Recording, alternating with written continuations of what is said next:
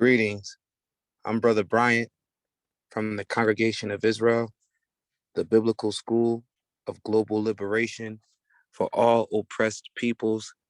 I am also one of many representatives of the NMP, or commonly called the Nazarene Messianic Party.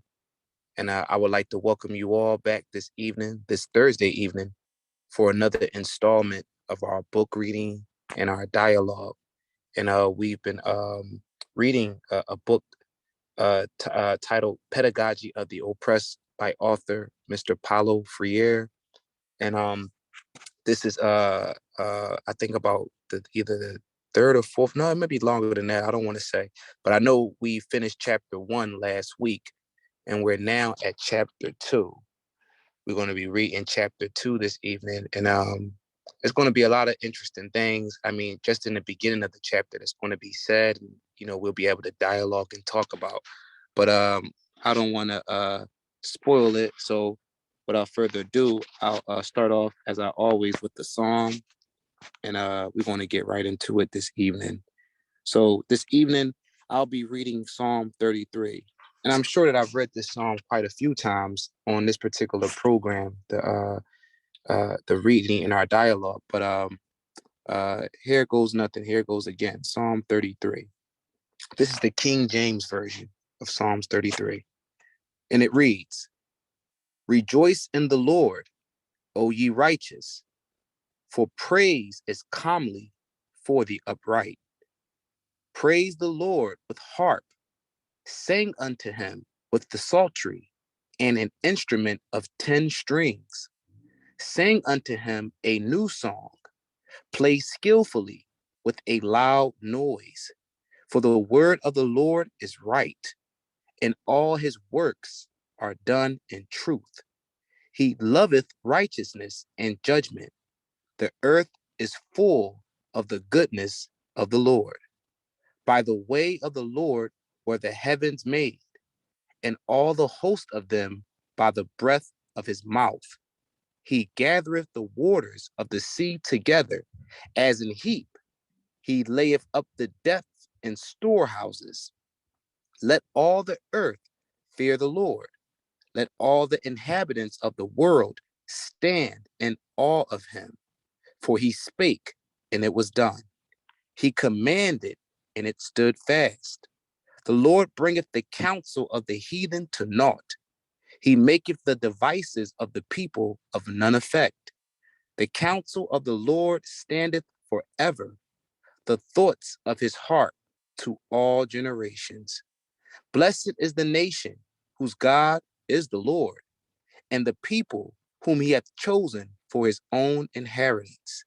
The Lord looketh from heaven, he beholdeth all the sons of men.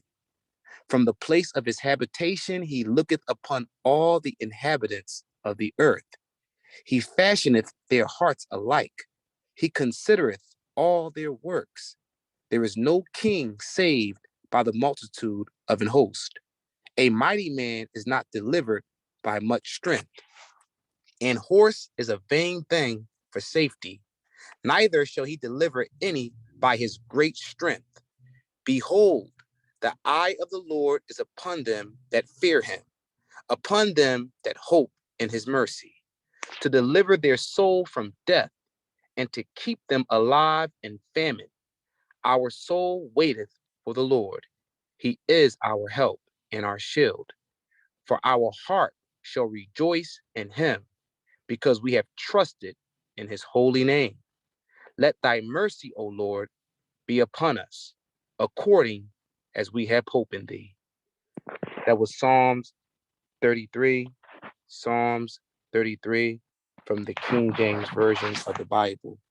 And real quick before we start in chapter 2, I just wanted to say that we've been looking at this book, Pedagogy of the Oppressed, and we see that we're constantly being, hit with the word reflection, action, and this reflection and action is what is a causation, not causation, but it's an agent or catalyst to us becoming human.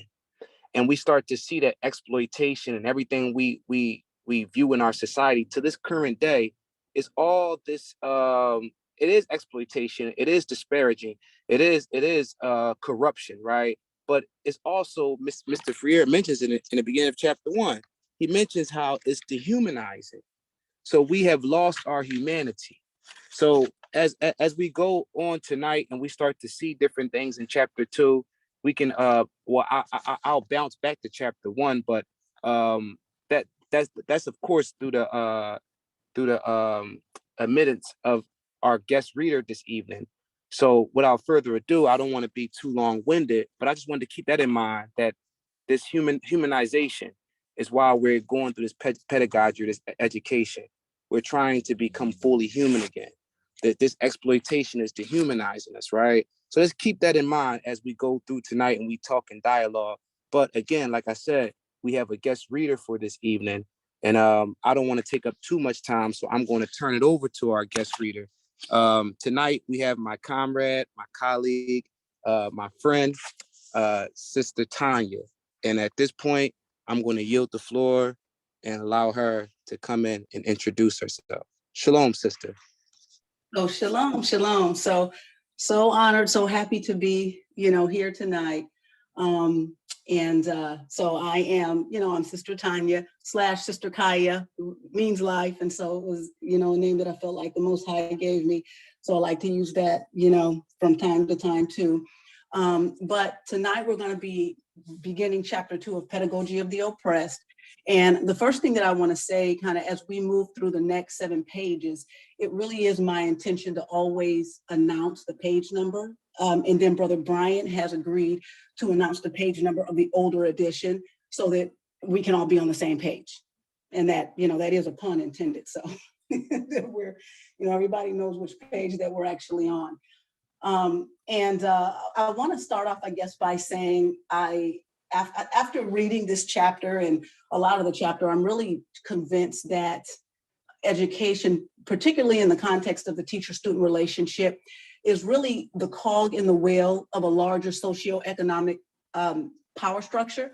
I believe that it is an essential part of what has helped to establish and maintain systems of injustice through the transference of ideas. And I actually believe that it is part and parcel with the means of production.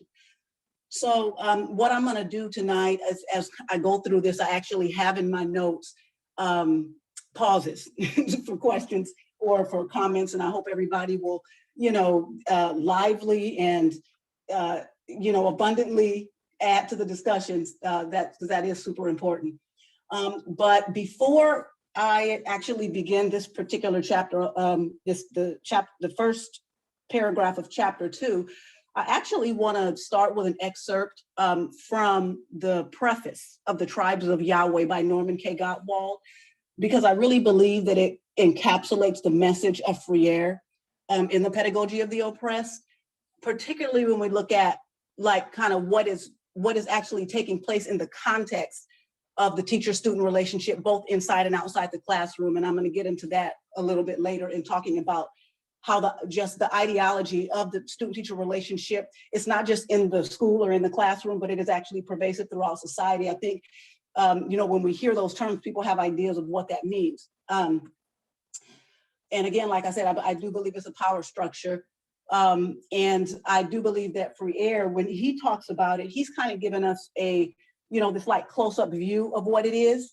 But then when you look at Gottwald, I kind of look at this preface, this little piece that I'm going to read. It's only about 6 sentences, but I believe that he's kind of given us more of a panoramic view of this whole context, kind of the broader picture. Like, you have this student-teacher relationship that is taking place more on a micro level, but I believe we're able to see it better when we look at kind of what Gottwald has to say. So I'm going to go ahead and start with that. And then we'll go ahead and talk after that, because I want to open up after that and see if anybody has any comments or anything like that. So here it goes. Does it require deep intuition to comprehend that man's ideas, his views, his conceptions, in a word, his consciousness, changes with every change in the condition of his material existence, in his social relations, and in his social life? What else does the history of ideas prove than that intellectual production changes its character in proportion as material production is changed. The ruling ideas of each age have ever been the ideas of its ruling class. So I wanted to begin with that tonight. And there are some things that I kind of want to bring out, some things that I think are really significant. So first, Gottwald is suggesting that man's ideas, or he's at least asking us to consider that man's ideas, what he thinks, how he thinks about himself, about other people, what he thinks about his world, what his presuppositions are, his state of being, his subjective reality. That's impacted, and that is influenced, and that is changed by every change in the condition of his material existence. I think a lot of times, we can go through our life and we may not think about it, we may not even consider it, but all the experiences that we have in the context of our material existence, those things can impact and change how we look at things, how we know ourselves, how we know our world. So of his environment and the events that are happening in his life. His subjective reality changes with every change in his material existence. So I said that.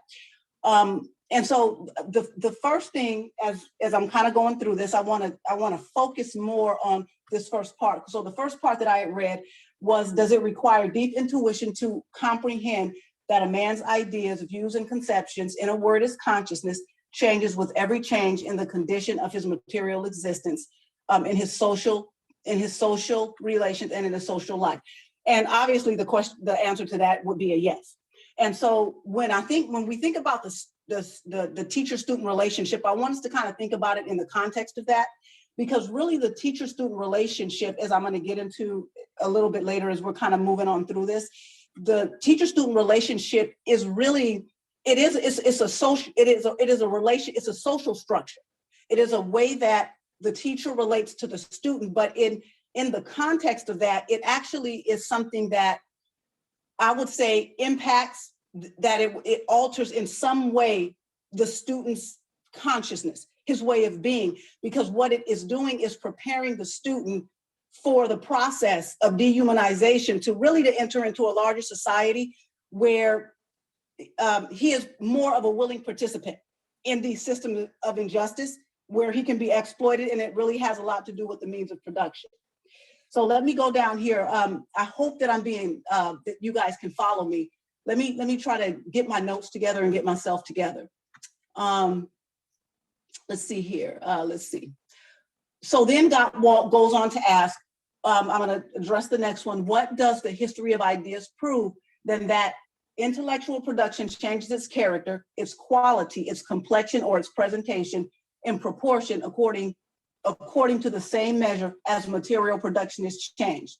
So he ends with the statement, the ruling ideas of each age, the prevailing ideology of the time, has ever been the ideas of its ruling class.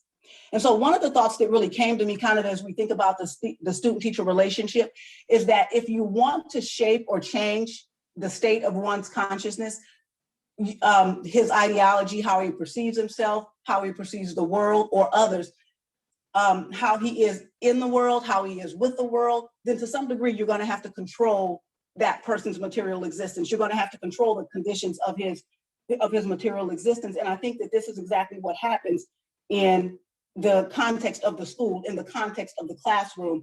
And this happens year after year, day after day, week after week, for almost the first, 2 decades of an individual's life.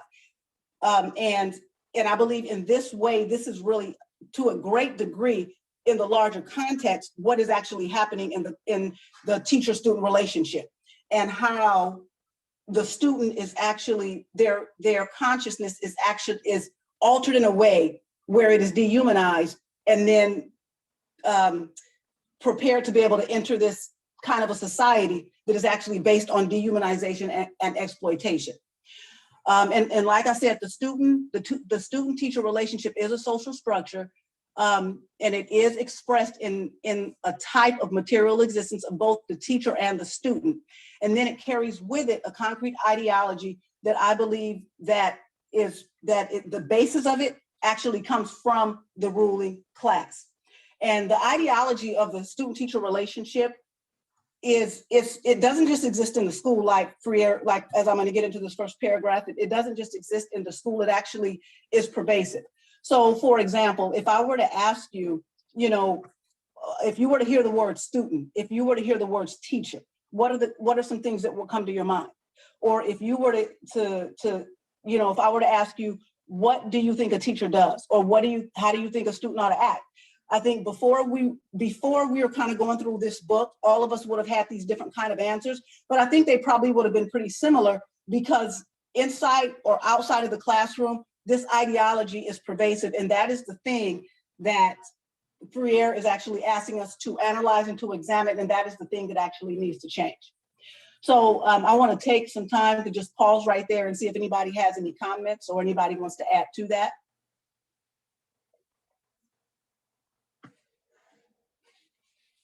Okay.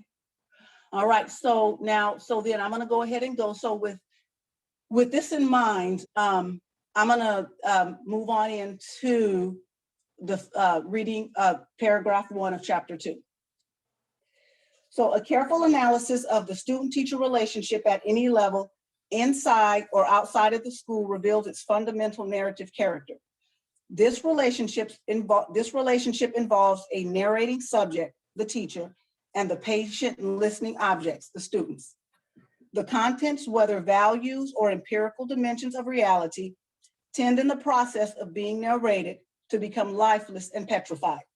Education is suffering from narration sickness.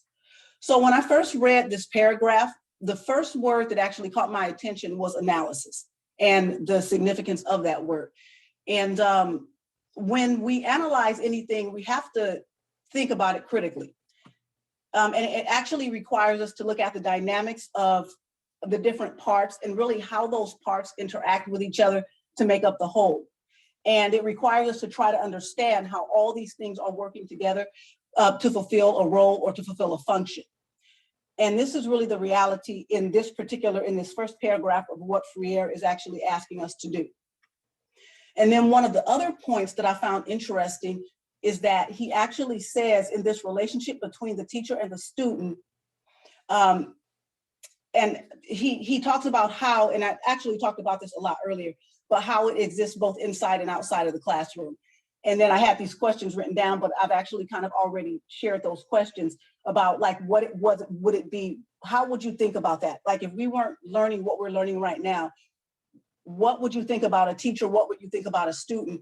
And I think that that's really important because I believe goes back to this what I read in this little excerpt from Gottwald, the ruling ideas or the pervasive ideas of any age really come from the ideology of the ruling class. And I believe what we think about the teacher and what we think about the student is the basis of that is really what comes from the ruling class, because that is how it's going to function to shape how we think about the teacher and the student, so that we become more dependent on what the teacher has to say. And then what it does is like what Freire says in this first paragraph, when he talks about how the teacher is the narrating subject and the students are just objects. A lot of times we just think of ourselves like that. Like, you know, if we were to think, like even with me, where the school that I go to, a lot of the students, they sit and they listen. I sit and I listen.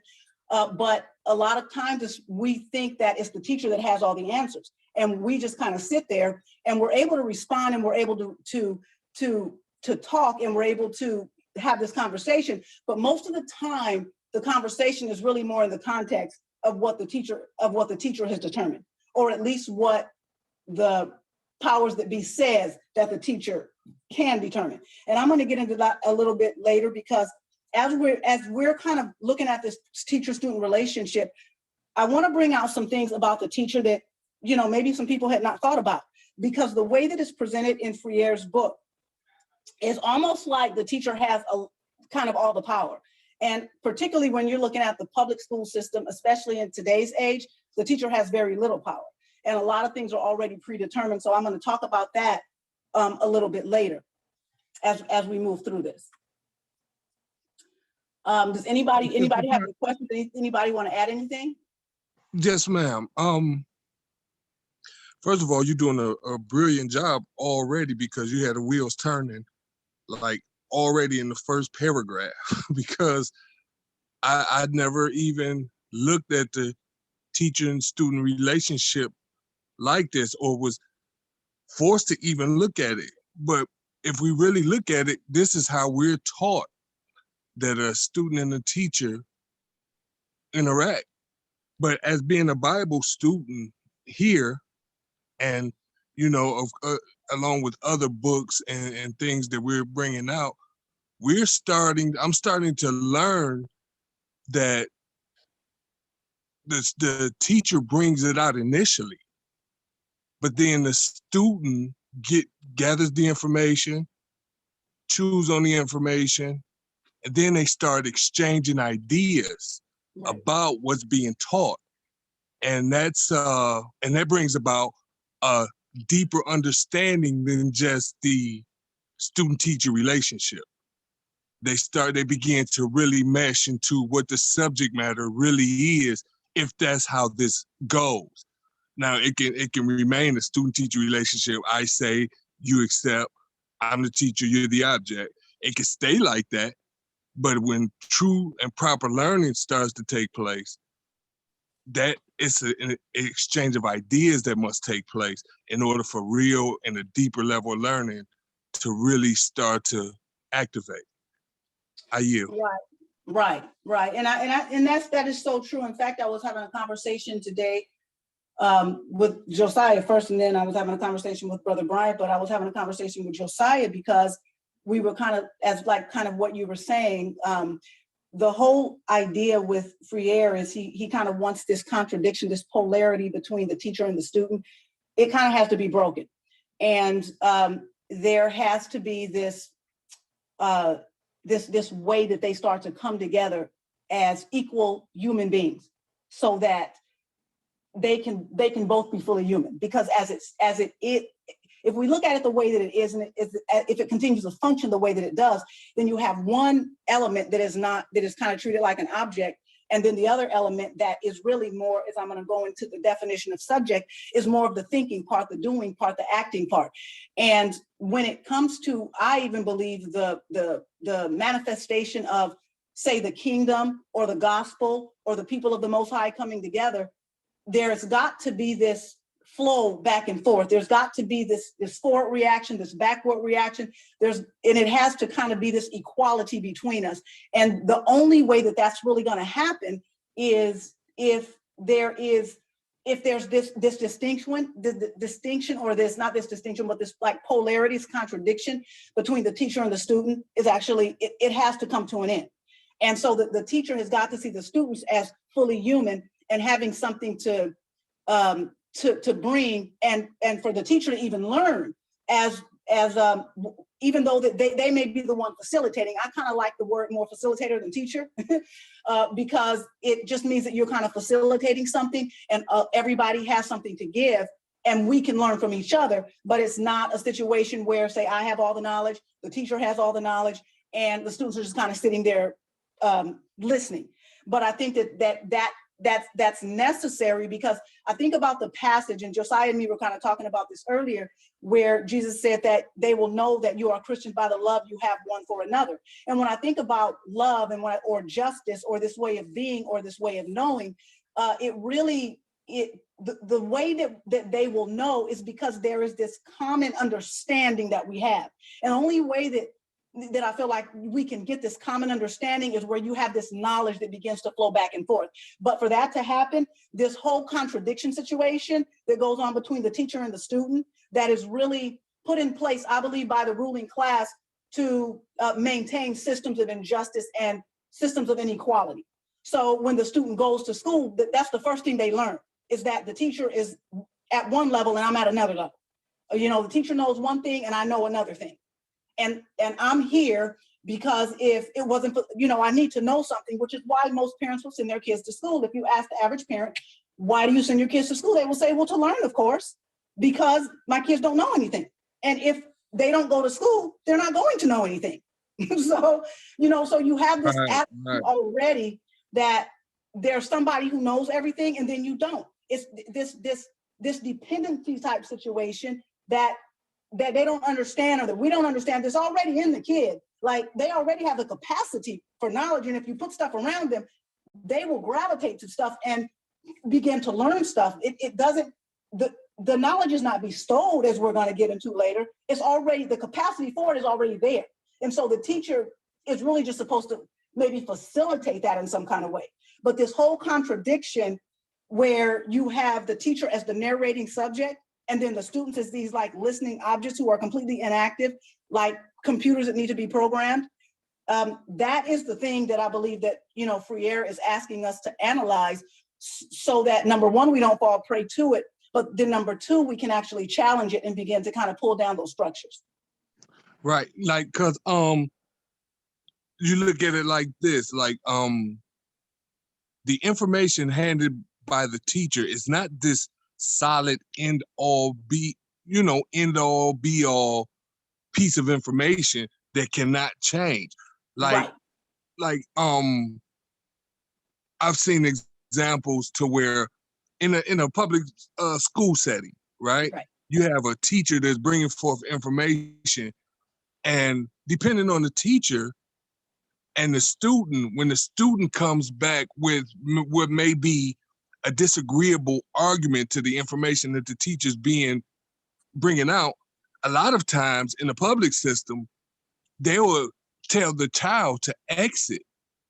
But a lot of times in my memory, when I recall that when the student challenges the teacher's information is being brought out, and they go back and forth and begin a dialogue, everyone in the classroom becomes attentive, and more questions and stuff start to come out because of the interaction. And so that solid piece of information that's supposed to be the end all be all starts to mold into other ideas, and now everybody is really paying attention, and they're really thinking about it now, and that's where the learning occurs, I think. Right. So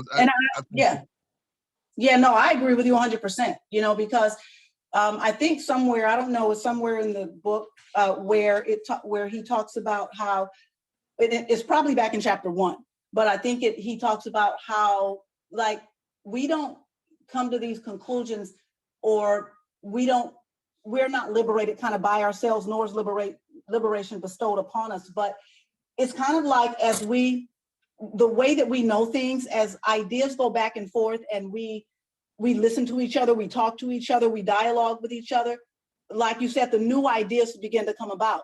And it's really those ideas that come about as my ideas are refined by your ideas, and your ideas are refined by my ideas. What I used to think, I don't think anymore because I heard what you said, and what you think, you don't think anymore because you heard what I said. And it's kind of, as all that stuff kind of mixes together, that we come about with this new knowledge. And it is this new knowledge, as we kind of process through it, and as we grow through it, that brings about the process of liberation in our life. And so what I want to do now, because I want to go back and read something real quick, but before I do that, I just wanted to make sure that, does anybody else want to say anything, or does anybody have any comments, anything they want to add? Yes, Sister Tanya, really quick. I just wanted to mention too, I'm sure that Sister Tanya, you on page 71 in the anniversary edition, right? I am, yes. Okay, yeah. So whoever has the anniversary edition, that's page 71. But if you have the regular paperback, you should be on page 44. Okay, I just want to put that out there. But really quick, just to confirm what you were saying, I wanted to go back to page 37 in the paperback edition. Okay. And I just wanted to say something about what I was talking about with this rift between the teacher and the student. I also wanted to read another piece too. I'll read that real quick.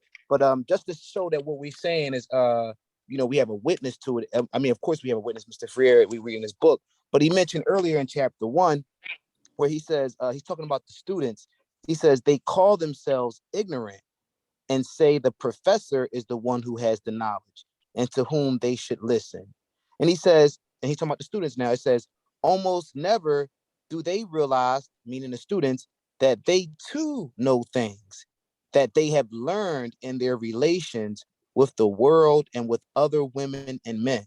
And like you both were saying, like, so many times we come with this preconceived notion that we don't know anything. But Mr. Freer is arguing, no, through our interactions with the material world, we know things too. But see, that I start to realize that that also comes when we start to realize we know things. It comes through this education process, and that education process starts, as he mentioned in chapter 1, with reflection, right? That reflection, that us reflecting on different things through dialogue, through discourse, we start to understand that, hold on a second, no, the professor doesn't know everything. We know things as well. So we can start to have this conversation, whereas like you were saying, that both of us are building off of each other's ideals. We're refining each other by having discourse or meaningful dialogue, not just a lot of verboseness, a lot of talking and words or whatever. But I wanted to read something really quick, and I'm gonna yield the floor. But I wanted to, thank you. I wanted to read something on pages 43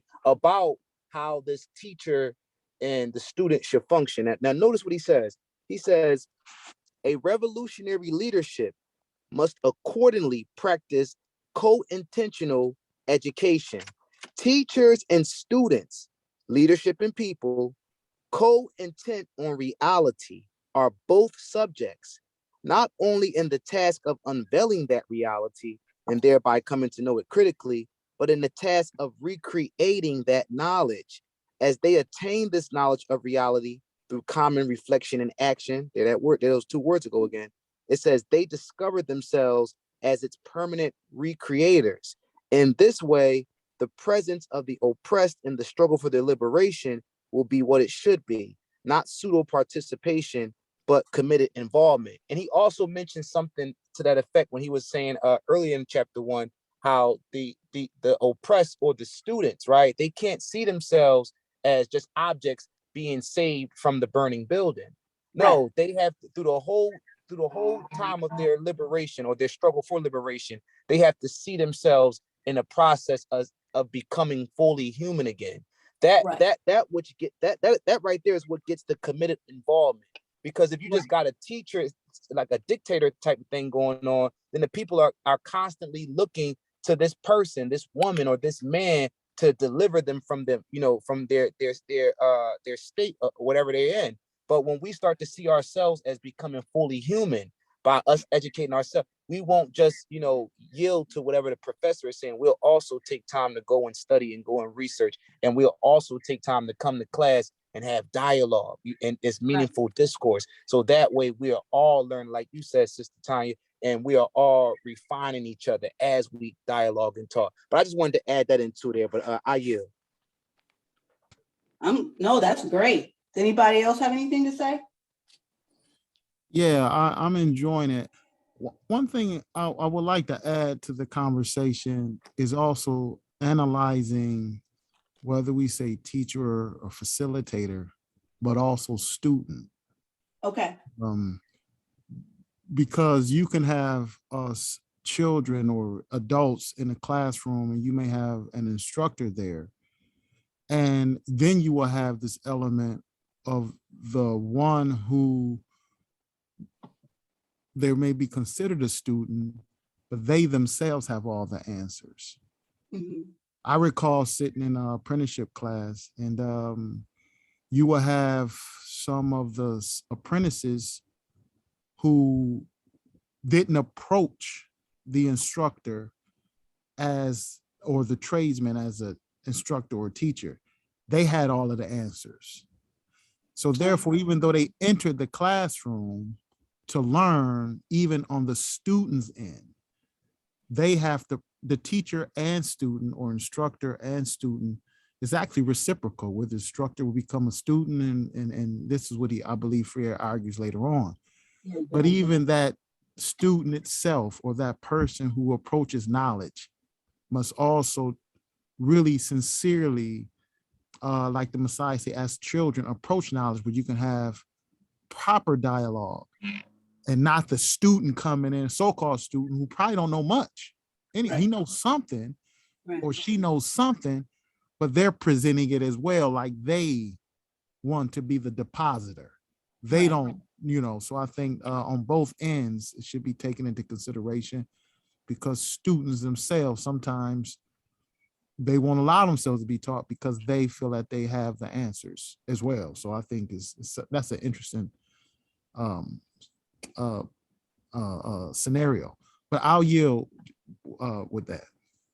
And I think that's a good point, because I when I look at it, I kind of look at, even though the Pharisees and the Sadducees were, you know, some of them were like lawyers or teachers of the law or whatever, they kind of had that attitude, and they really couldn't learn anything that the Messiah was trying to teach them because they knew everything. So, you know, so I do think that is true, and sometimes that's really the attitude. And one of the things that I kind of actually forgot to read, because I think as this process of, and then I'm gonna jump back into this first paragraph, but I think as this process goes on, even, you know, going back to this, there's one more little piece that I forgot to read with Gottwald. And it says here, when people speak of ideas that revolutionize society, they do but express the fact that within the old society, the elements of a new one have been created. And I think that's, you know, obviously, as we're reading Free Air, this is the thing that we're wanting to do. This is what we're trying to do. This is salvation. This is a part of bringing forth the kingdom. But so anyway, he says, within the old society, the elements of a new one had been created, and that the dissolution of the old ideas keep even pace with the dissolution of old conditions of existence. And so I wanted to bring that out because, yeah, as this whole contradiction changes, you know, between the teacher and the student, and even like you said, Brother Judah, with, you could have a student that might come in, and, you know, in some cases they could have a background where they might know something, and but they still, it should never be a situation where they think that they know everything and that they can't be taught anything. And so these two things can actually go both ways. The other thing that I wanted to bring out when it comes to this particular paragraph, where it says the relationship involves the narrating subject, I actually looked up the word narrative. Now, I know what a narrative is, and in my mind, it was like a story or a tale or, you know, something like that. But when I decided to go ahead and look it up, because sometimes what I will do is I just look up words all the time. Like, even if I already know what the word means, sometimes I'll just look it up because I just feel like, you know what, it might give me like a different meaning, a better meaning. It might give me, you know, a way to look at it that I had not thought about looking at it before. And so when I read that paragraph and I looked up the word, one of the definitions was, let's see here. Let me see, I have my notes here. One of the definitions was, in addition to tale, in addition to story, it was a particular way of explaining, of explaining or understanding events.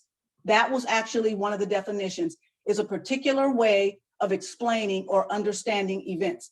And when I look at this, and it talks about how the teacher is kind of the narrating subject, and it talks about how, you know, whether it's the values or empirical dimensions of reality, it tends to be, in the process of being narrated, it tends to become lifeless and petrified.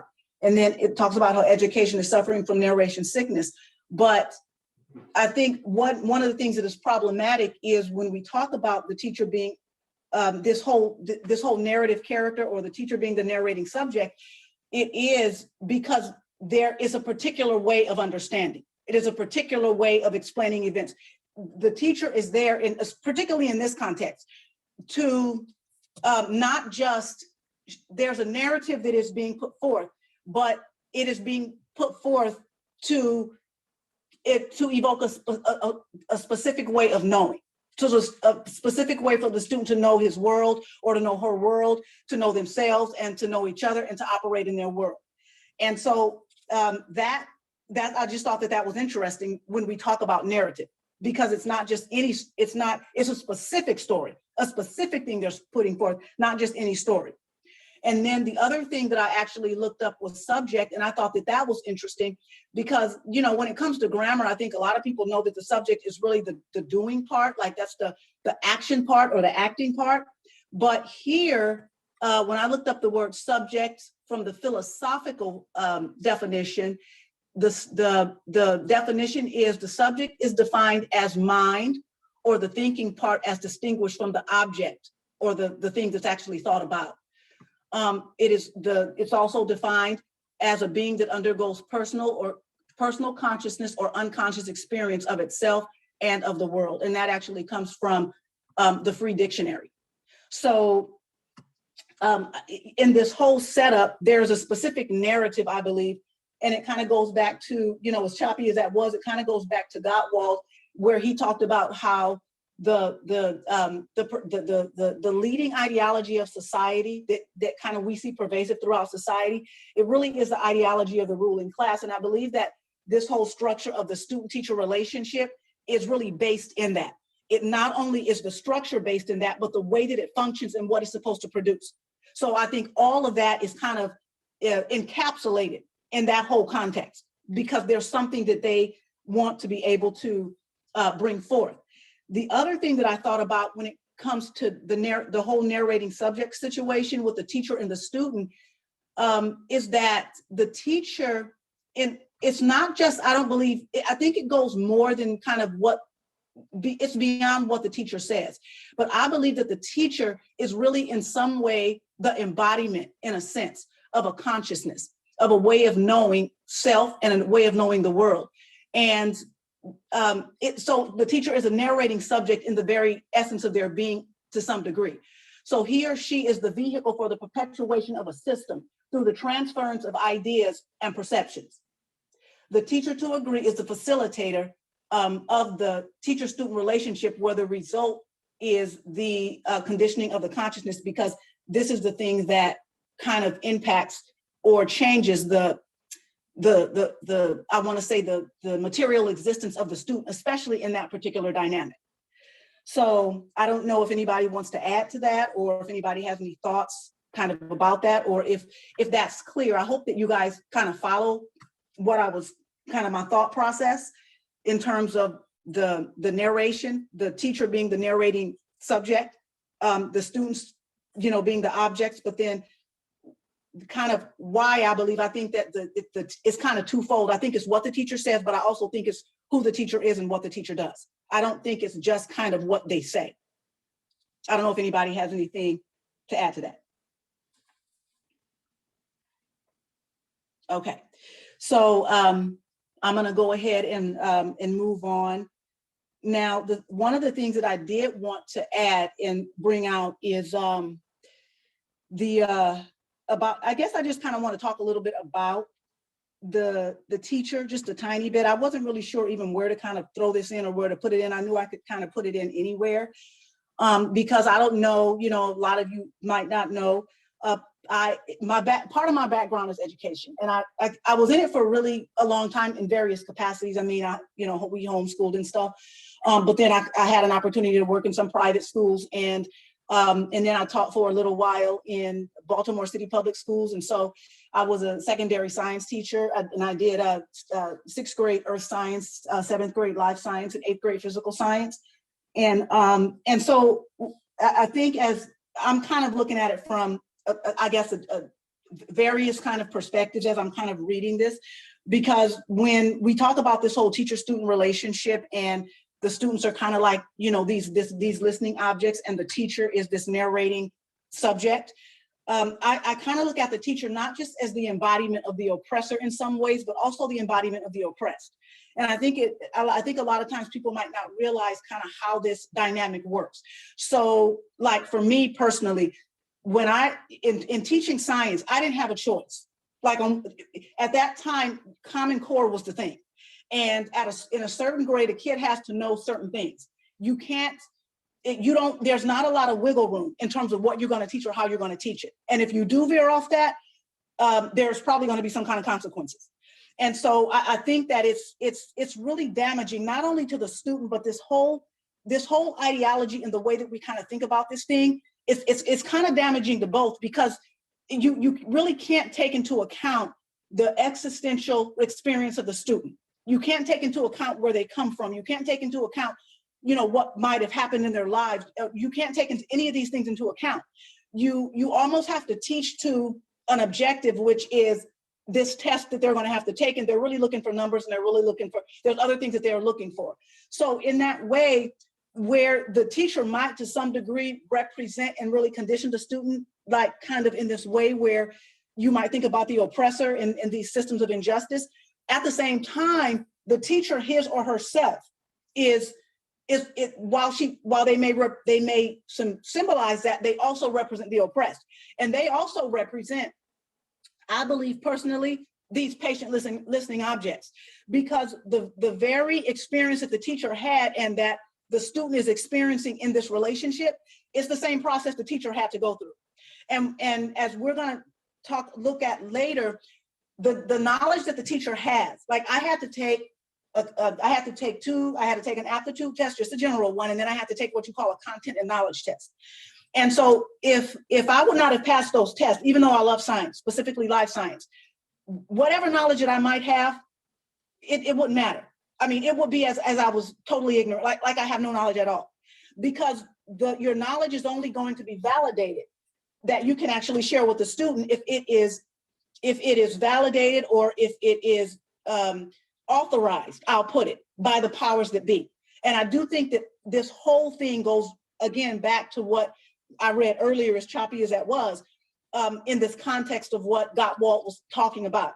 You know, this whole structure situation that is going on with the ruling class, and that is a way that you have this transference of ideas, or this narrative in the way they want it transferred, so that it keeps this unjust system alive, and it helps to establish it, and then it helps to maintain it. Does anybody have anything you want to add to that? Yes, I do. How you doing today? Good. How are you? I'm all right.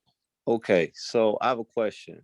Is there a way, okay, like not like change the curriculum, but is there a way to like, there has to be almost a way to like, that when you say like it depends on the teacher and it depends on the course.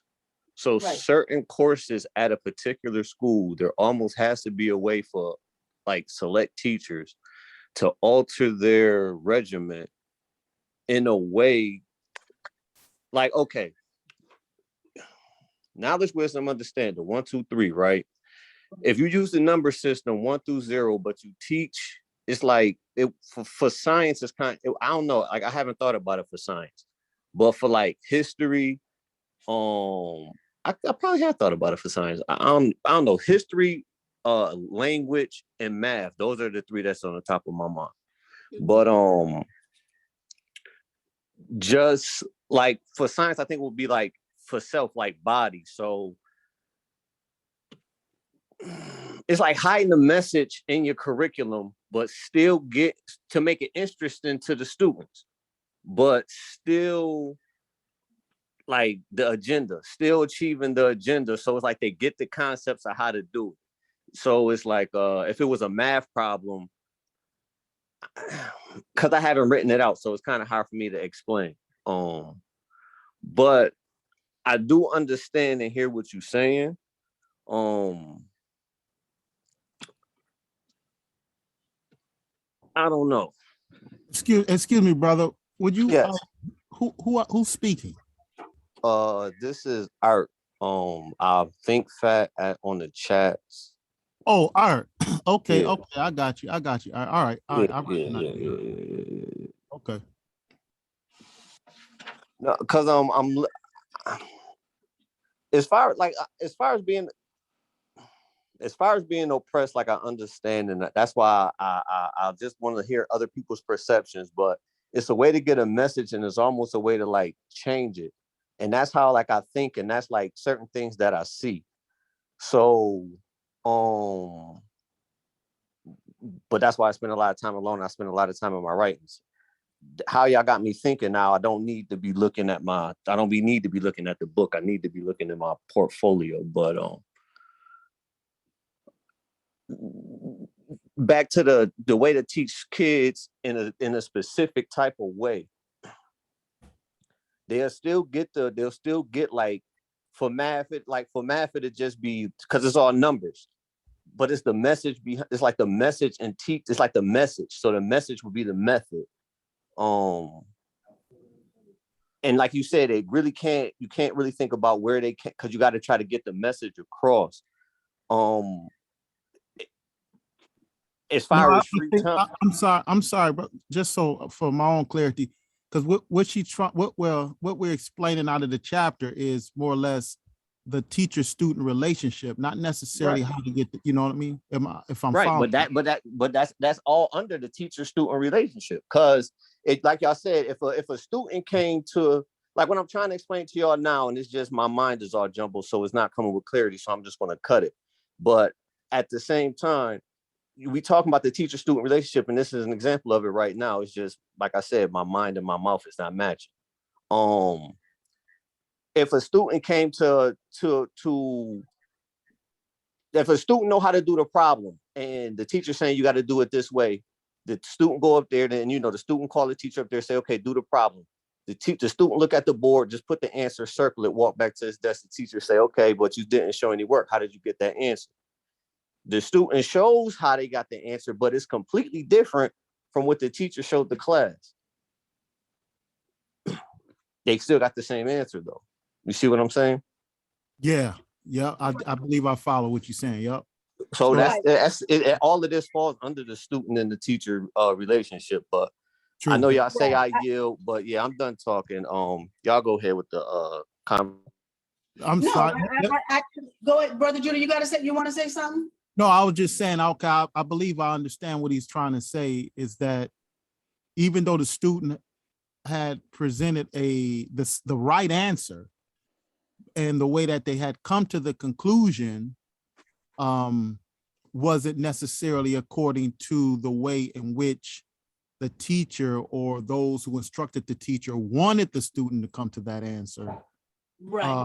There. So yes, okay, I follow you. I understand. I believe I understand what he's saying. Yes. Right.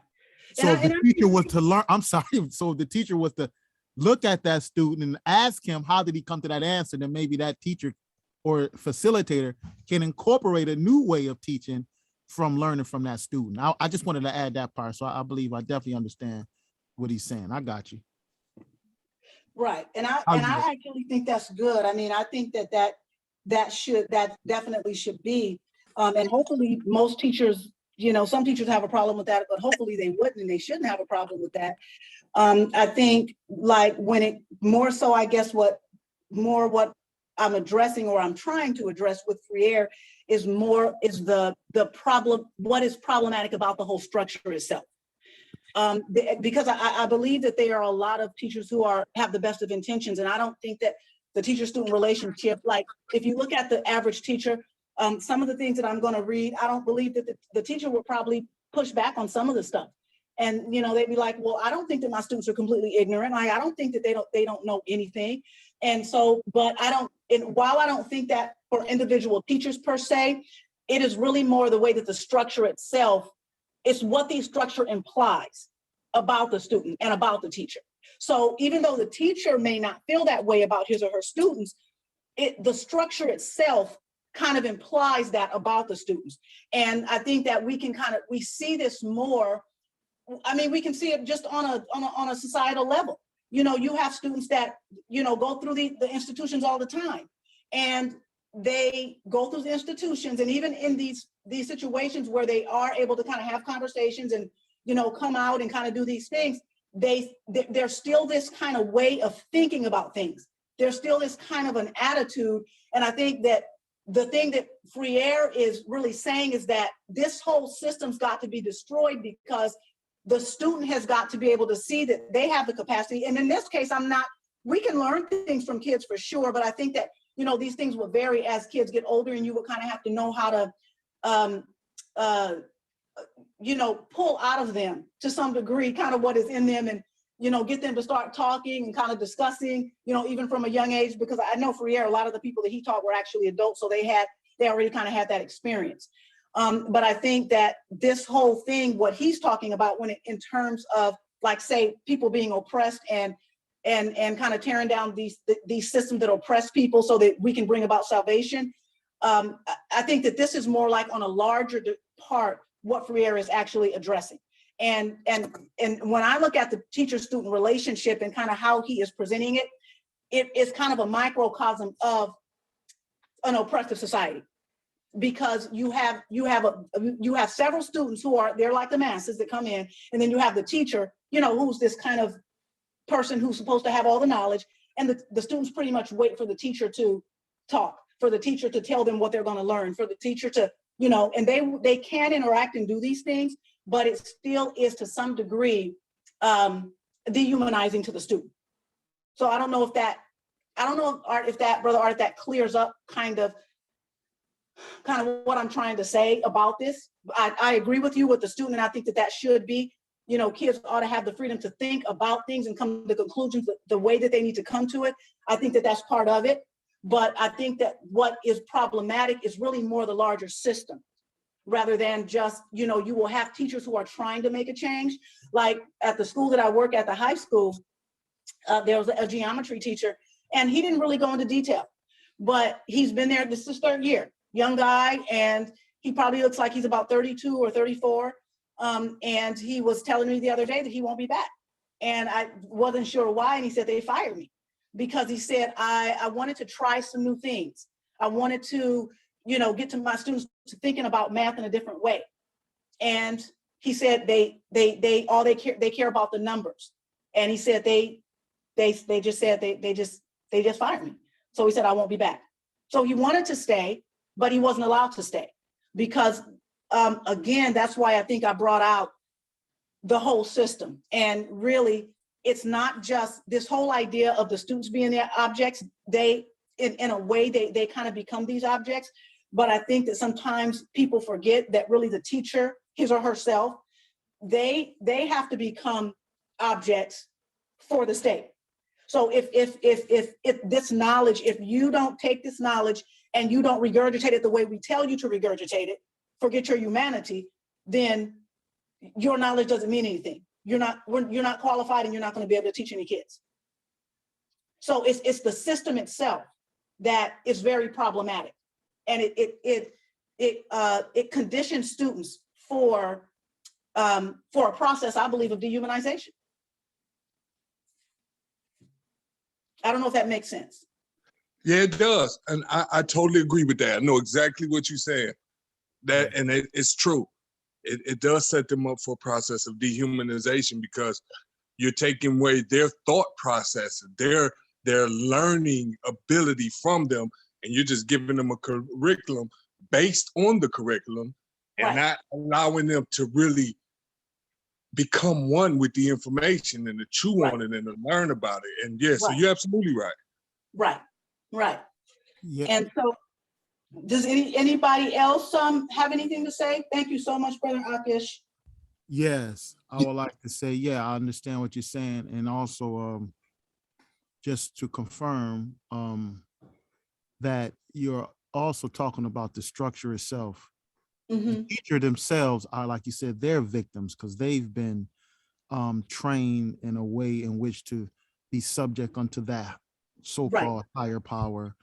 And you know, it perpetuates in the whole school, from the bell ringing and walking in line, even going from class to class, is fulfilling with the ruling class when they began to spearhead the idea of compulsory public education, is to train the masses of people to become subservient and obedient to the ruling class. And I believe, if I'm understanding, that's actually what you're trying to bring out as well, or what you're explaining. Right. Yeah. And that entire structure, sitting in the classroom, just taking it in, whatever they say goes, ring a bell, you go to the next class, and it's just, yes, I understand. You're making sense.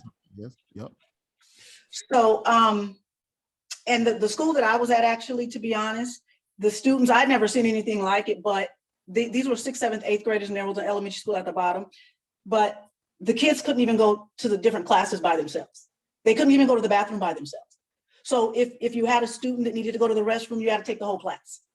You couldn't just take the one student, or the student couldn't just go by his or herself. The whole class had to go.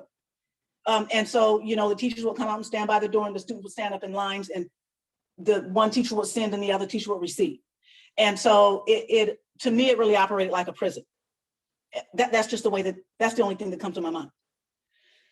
because it wasn't even as free as some schools that I've seen. So it really is, honestly, it really is. I just believe the system, it really does need to be changed, because it is that I believe that that's the only way that, not the only way, but I believe that that's a main way that we can actually begin to bring up revolutionaries, those who are going to really kind of, change society, to be able to be free thinkers. And I think in this way, it just kind of makes it hard. It's almost like they learn one way, and then like us who are in this class tonight, we're now trying to learn a different way. Kind of, we came up in that. And even as a homeschool mom, for the years that I homeschooled, I did that. So, my kids would love to read. And at a time, they were just like pervasive. I mean, they were avid readers, and they would be laying around on the couch reading this book and all over. And I would say, okay, let's everybody get up. It's time to go to school. And I have my little, bonus room upstairs, and the board and the desk. And, we just had a little school thing set up. But it was this model that I learned, and that's kind of how I operated. And now as I'm kind of going through this chapter and looking at this, I'm going, oh my gosh, like I would have done things completely different. But even in that, I feel like I kind of perpetuated a system, even from home. Instead of, letting home be home and just educating at home, I was trying to bring the school into the house. So that probably wasn't the best situation. But anyway, moving on to chapter 2, it says here, the teacher talks about reality as if it were motionless, static, compartmentalized, and predictable, or else he expounds on a topic completely alien from the existential experience of the student. His task is to fill the students with the contents of his narration, contents that are detached from reality, disconnected from the totality that engendered them and could give them significance. Words are emptied of their concreteness and become hollow, alienated, and alienating verbosity. They just become words that don't mean anything, and words that the student can't relate to, and so they alienate the student. And they're just like a sounding symbol. Like it doesn't. They're using a whole bunch of words, but in reality, they're not really saying anything. And I think this really goes back to what we talked about in the beginning. The teacher does talk about reality as if it were a cause without an effect. And sometimes when we think about this, if we think if the student takes away that reality is motionless, that is static, that is kind of just the way things are, that they somehow exist apart from reality, and they are not, it's not somehow, they're not prompted to think of themselves as kind of occurring alongside with or simultaneously with reality, and they just think they're apart from it, then how can they ever feel empowered to actually change it, or to actually transform it, or to examine it and think that they even have the capacity or the power to transform it or to even change it, because they just simply exist apart from it. And I think that this is one of the things that's kind of problematic with this whole idea of reality being taught like it is, compartmentalized and predictable. But at the same time, I think it goes back to the structure. So, again, like when I was teaching, it was Common Core. And what we had to do, every day you go to your class and you have to write on your board the acronym SWABT, SWABT is what we call it, SWABT. And what that meant was student will be able to, and so the idea was your students had to become college and career ready. And so at the end of the class, this is what your student will be able to do. And it's a great thing. The problem, I think, with the whole thing was you were almost forced into this structure, into this way of doing things, and there was just no room for anything else. So whatever you were teaching, whether probably it was history or language arts or whatever it was probably going to be something that was, pretty much fixed. It wasn't going to be dynamic. It wasn't probably going to relate to the life of the student, because there are certain stories and books and different things that are read, and they don't have to be relate to the student. It's just kind of what has been pre-chosen and predetermined, that this is what the student is going to learn, or this is what the student is going to participate in, and it's disconnected. And so I think that is a big reason why, you even see a lot of students who are just not interested, because there's really nothing in it that relates them to their own life and what their life experience is, what is their reality based on what they have experienced in life. And if education cannot be based on that, then, you know, students are not going to be interested, adults are not going to be interested, and there's not going to be a development and a growth and a maturity to understand self, to think critically, to understand the world, and to understand how we can work together to actually transform it. So I don't know, I'm hoping that makes sense. I just, shalom, first of all. Thank you for sharing your thoughts on this. You know, I know you're a very studious student and a very eloquent teacher. So I'm grateful that you're on this next segment. So I just wanted to like comment on how like that issue of relatability with the teacher-student relationship. It actually just made me think about why it can be very hard for the youth to understand the scriptures, even because you'll have especially with the kind of a more of a Western Christianity mindset, like the pastor teaches his sermon and it's like all this mysticism and stuff that just, you know, even whether you're a child or not, sometimes it's just hard to relate it. Like I just remember struggling to try and relate like these different, I guess, spiritual concepts and trying to understand like, okay, how does this actually look in real life though? Like what does this mean? What am I supposed to, you know, I want to put this into practice, but I don't know how because it's not, I can't relate it to anything. So I was thinking about how, like, even when you look at the realm of, you know, teaching the scriptures, you know, it has to be relatable, which is why even this way of thinking of the scriptures in a social political way is what, you know, this drew me in because I could finally relate to what the scriptures were talking about. You know, it wasn't like just this pie in the sky, imaginary kingdom of heaven. It wasn't even actually said as kingdom. It was always just heaven. So it was like even harder to imagine what that was. And nobody could tell you what it looked like, what you would do there. There was no context for it. It was just like this thing you had to imagine. It was in your heart, or it was this spiritual principle or mysticism. And that had always made it hard for me to understand, like, what am I really even reading here? How am I supposed to apply this to my life? And so even as a kid, it was like easier for me to rebel against it all because it was like, I don't know what this has to do with me.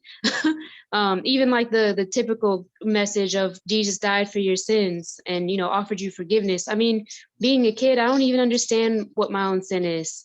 Like, I don't even have any, it kind of reminds me of the parable that Christ told to the Pharisee when the woman came in and started washing his feet with her tears and anointing them. You know, he was basically like, now, if you have a creditor and one person owes him 50 pence and another owes him 500, and he frankly forgives them both, who's going to be more grateful? Well, you're the one who was forgiven for 500. So as a kid, you probably got like 50. You know, you only owe 50. You're just like, okay, cool, I'm forgiven. And you kind of go about your business because it doesn't really mean anything to you at that point. But, you know, when you get into it, at least how my experience was when I got to my young adult years, oh yeah, I had maybe even more than 500 pence to be forgiven for. So, you know, the message of even that part of the message was more relatable to me at that point. But back to like the you know, scenario of just regular, I guess, education between a teacher and student. I think that, like, I really agree with that it's hard to really keep a student's attention when they can't relate to it. And you know, one of the things I found most frustrating with like the way that, you know, you're taught in high school or whatever is that, like, it felt like nothing they taught you then actually helped you when you got into real life. Like, nobody teaches you how, like, what you need to do in terms of a car. Like, nobody really teaches you about, you know, proper maintenance, what to do when you have a flat. You know, they don't teach you about these things that are relatable to real life. They don't teach you about credit cards, of course not.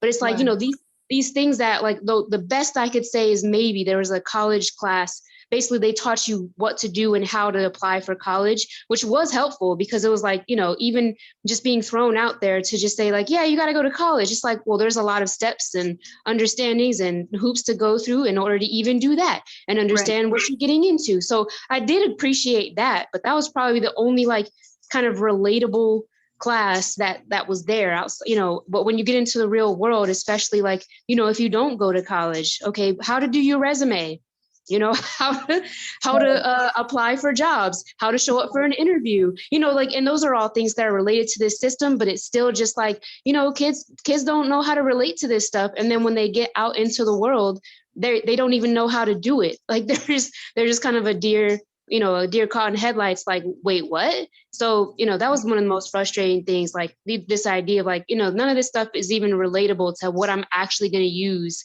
in real life. So I remember just one last example. I've been like working with some of the kids in the church to just kind of help them think of these kinds of things. So even though I'll have them kind of look at ways that, you know, maybe I'll have them solve a math problem, but the math problem will be like, okay, if you want to buy a car for $3,000 and you're making this much an hour, how much should you be saving? Like something like that they can actually like, oh yeah, I want to get a car one day. And it's like helping you to think like, oh, I have to like know how to actually put this into action. You know, like we're learning math for reasons. You're learning interest rates for reasons, you know, because this is going to be applicable to real life when you want to go out and function in the world that we live in today. So I'll yield with that. I just wanted to kind of bring out how that I just, you know, am thinking of those ways that I can immediately see how it's just really bad. If you really want to educate kids, if they can't relate, or even when it comes to the scriptures, if people can't relate, like it's just really hard for them to even be that invested in it. So I'll yield with that. Right. Yeah, no, I agree. I think that you are, you know, absolutely spot on that. And I think I forgot to read that last sentence. I think going back even to that last sentence with the first paragraph that it says education is suffering from narration sickness. And it seems like to me that it's suffering from narration sickness because it's somehow imprisoned in that state, in this fixed state that is kind of predetermined and pre-chosen is in terms of how events are going to be explained and how, you know, kids are not, and I won't even say kids, I keep thinking about kids. And I think this goes back to what Brother Judah said earlier, because he brought out, you know, the adult student. And I'm not really sure why my mind keeps going to kids. Like, it's just, you know, I guess it's force of habit, not just for me, but I'm probably anybody. Like, you know, normally if you say a teacher and a student, you just think, oh, you know, like fifth, sixth, you know, you think of kids. Like, you don't really think like 30-year-olds or 40, you know, or, you know, people who are like grown. And so, I mean, but these are the people that, you know, Freire taught. You know, it seems that these were more the people that he taught than you know, younger ones. So, but it does suffer from the narration sickness because if it is, you know, if it's stagnant and fixed and concrete, and this is what you have to teach, and, you know, there's very little wiggle room, then it really can't do what education should do. There's really no room for the student, their thought. If there's no room for true reasoning, there's no, you know, real room for like the sharing of ideas back and forth. There's no room for like true communication. You just have what Freire calls he calls them communiques. That's what it is. He calls them communiques. And it is, you know, it's just like these statements, these advertisements, these reports, these, you know, it's just this surface stuff. And instead of really communicating with the students and where you have this back and forth flow of ideas, it's more you're telling them something like, oh yeah, okay. And they're just kind of sitting there listening and, you know, okay, I gotta have the information, I'm taking notes and that kind of thing. And the only time that there really is maybe a dialogue is kind of as long as it's in that context. And I have to even say that it's not just in the not in the secular public school setting, but it's almost like it's in every school setting. And I still feel like all of this plays into this larger system. Because even when you talk about theology, and I think, and you know, some of you guys know that I'm right now, I'm at Grand Canyon University and I'm just in this master's program for biblical studies. And there's things that I don't believe that they believe. And so, you know, one of the things I don't believe in is the Trinity. And it's everywhere. It's pervasive. It's in all the books we read. It's, you know, it's thrown everywhere you look, it's there. And so, you know, I believe like there's reasons why I don't believe it. And I believe that the reason that I have for not believing it are valid. It doesn't mean that I don't believe in the Messiah. It doesn't mean that I don't believe in his sacrifice or his blood or his, anything like that. It's just that I don't believe that the man that was walking this earth is the creator of the universe, who the Bible says that, he can't be contained. And so, but even in one of the classes that I had last semester, we got a bunch of articles on that, on the Trinity, but we got one article on a person who didn't believe in it. And so they went over to some of the church fathers and, talked about, this whole thing with the Trinity. And, my professor said, everybody who has denied the Trinity has had, historically has had to go back and recant. And that's not true. Going back and looking, that's absolutely not true. There was a bunch of confusion. And, he literally, we were literally told, just as long as you guys know, this is what we don't believe. We don't believe this. So this is not the conclusion that we come to. And so, so you even in that, you see this situation where the expectation is the way that I know this and the way that I see this and the way that I interpret this, or the way that the mainstream Christian church interprets this is the way that, as long as you interpret in the context of that, then you're fine. But the minute you step outside of that and you have your own thoughts about different things, even if you can, go to the scripture and say why it is, that's, he said, if you believe like that, please leave the ministry. He said, we can't stop you from coming, but if you do believe that, basically some of these things, I would just encourage you to leave the ministry. That's basically what he said. So it is, so you see this, you see this, this ideology, not just in the secular setting, but then you also see it in the religious setting, if you want to call it that. Does anybody have any comments? Okay, so let me move on. Let's see here.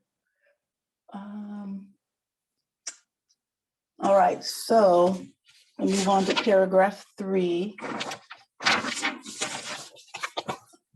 All right, and it says here, the outstanding characteristic, and I think that these two things actually overlap, like the end of the second paragraph and the beginning of the third one.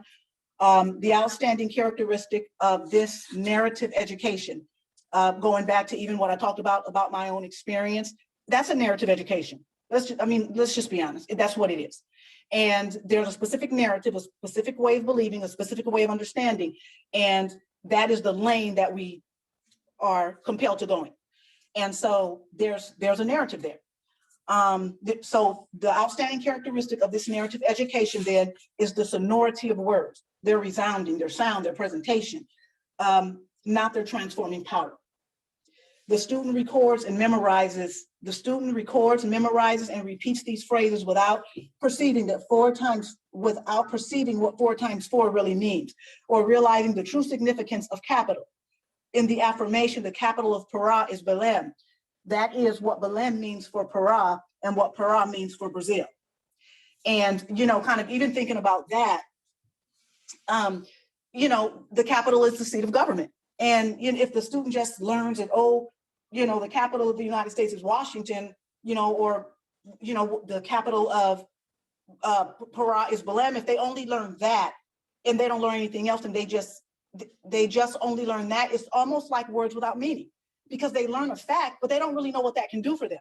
They don't really know that, this is a way that as a citizen, they can wield power, that they can, vote and bring in officials that they vote for that are going to represent them. And potentially these are ways that they can, cause laws to be changed and change their, oppressive environment or condition. They don't understand all that stuff. They just simply learn that the capital of Para is Belém. They don't know what that whole thing means for their lives. They don't know what it means for, the nation. They don't know how they can use it. They don't know how they can utilize it. And so unfortunately, that being what education is supposed to do, it really misses the whole point. And this is all part of this narrative character of education. This is all part of this whole situation where you have the teacher as the narrating subject, and then you have students as the quiet, listening, meek objects who don't whose humanity is really robbed from them, because there's not a lot of room for them to reason, and and a lot of times they're not even encouraged to do that, not in certain ways, to reason apart from what the teacher has determined. They can reason, but as long as it's kind of in that context, because it's important to stick to the narrative. So I think that kind of goes along with this whole thing. So education, unfortunately, can't do what I believe what it was intended to do, because students just learn kind of empty words, but they don't really learn the meaning behind those words and what those words really mean, how those words can be used to cause them to grow and to develop and to mature, how those words can be used to transform their lives, how those words can be used to transform their world. Hey, I want to interject one. If you look up the history, because I had this article at one point, and it just made me think. If you look up the history of the word lecture, we all know what a lecture is, right? The Greeks, they were the first to come with the term. I forget what it's called in Greek, but the etymology of the word originally means a reading. And in the setting, when one is standing up reading, initially everybody is quiet to listen to the information being read. But again, over time, the etymology of the word lecture went away from necessarily reading to the person giving a monologue, and the response of the audience is still as if though like a person reading a book, because when a person reading a book, you have to be quiet to hear what the book is saying. Right. And later, the word lecture comes from the Latin variation of it, and the plural of it, they had a lectorum, something like that. And what that did was school, because initially original school, it was about reading. And then over a period of time, it was the teacher, as you mentioned earlier, one who has this professed knowledge, who has his education or whatever his degree that the capitalists have given him through their schools. He now gives the monologue. Everybody is forced to listen. So from the time you're in grade school to high school to college, which people are probably more familiar with. But the interesting thing is when you go and look this word up, it also applies to what you have got in churches. And this is the idea of the lectorum, where you have the monologue preacher or the monologue teacher or, more or whatever they call themselves, where they primarily do the speaking and everyone listening. But that format right there, even the idea of him standing before the people, whether it be a podium, whether it's that and a third, and I know many people try to go to Ezra and say, well, they made a podium for Ezra. That was done for that particular moment. But as far as that being a formula, right? Yeah, history points back toward the history of the lecture, which come from the Greeks. And this was also in their schools of philosophy. And if you notice, since you mentioned, Freire mentions it, that this is the structure that the capitalists built, the education system for the next wave of workers. But it also, when you have an idea of your outlook on the world from a moral standpoint, this is where your preachers and this is where your religion also does the same effect. Absolutely, it sure does. Right. So they work like kind of cohesive in that. And I'll say this one last thing. It's interesting. I was going at one point, some years back, I was going to school for networking, for computer networking. And I'll never forget, I struggled with algebra. So I told the algebra teacher, I said, listen, because he was teaching exactly the way you mentioned it, about giving the information, but I had no social context to it. It was like remembering formulas and numbers and different things of that sort. And so I told my teacher, I said, listen, going throughout school, I've always been good at the social sciences. That was always my strong point. I said, if you can at least give me examples of real-time application, like in a real world setting, how I would use some of these algebraic equations, which I know it can be done because that's where they come from. But I wanted him to express it because I sincerely wanted to learn it, to know it. He attempted, and then he just straight looked at me after a while when he couldn't really give it a good example. He said, I just don't know how. He said, I'm just going to be honest with you. I know and remember the formulas. So that made me think that just that whole lectorium idea of, because he learned it that way. We're going to give you the information. Here's the monologue.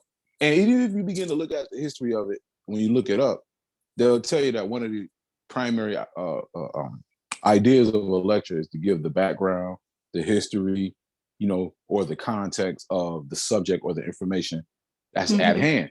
But because when they was giving lectures, and I paid more attention to this when I went to secondary school, they gave so much real-time situations of what they would do in a scenario with this education and training, different experiences that they went through, that you didn't pay attention that they're shaping you to think like them.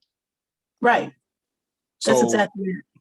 Exactly. So when they push you and teach you and educate you, you already have this mentality that, they kind of help paint in your mind. So when I get my little degree, what I'm saying, instead of, I'm gonna go for them jobs or them corporate jobs that need an IT guy or this, that, and the third, not because of the information, but because of all the scenarios when they were coming up in their training, when they were educated, their first job, different experiences you're going through, what to look out for, and this is how you have. They start setting up these problems that you haven't even wanted to yet. And then they already tell you the solution. So you already prepared and set. You already got so you start to look for jobs that you're already familiar with the problem. They set it up for you. And that's one of the powers of the lectorium. So if anybody get a chance, just look up the history of the word and the etymology of the word lecture. And it'll explain a lot concerning the imagery of how we get information in the Western society. And I yield on that one. Anybody else? And I think that I think you raised some really, really good points. And but I think it goes back to like what you were saying. They train you to be a certain way.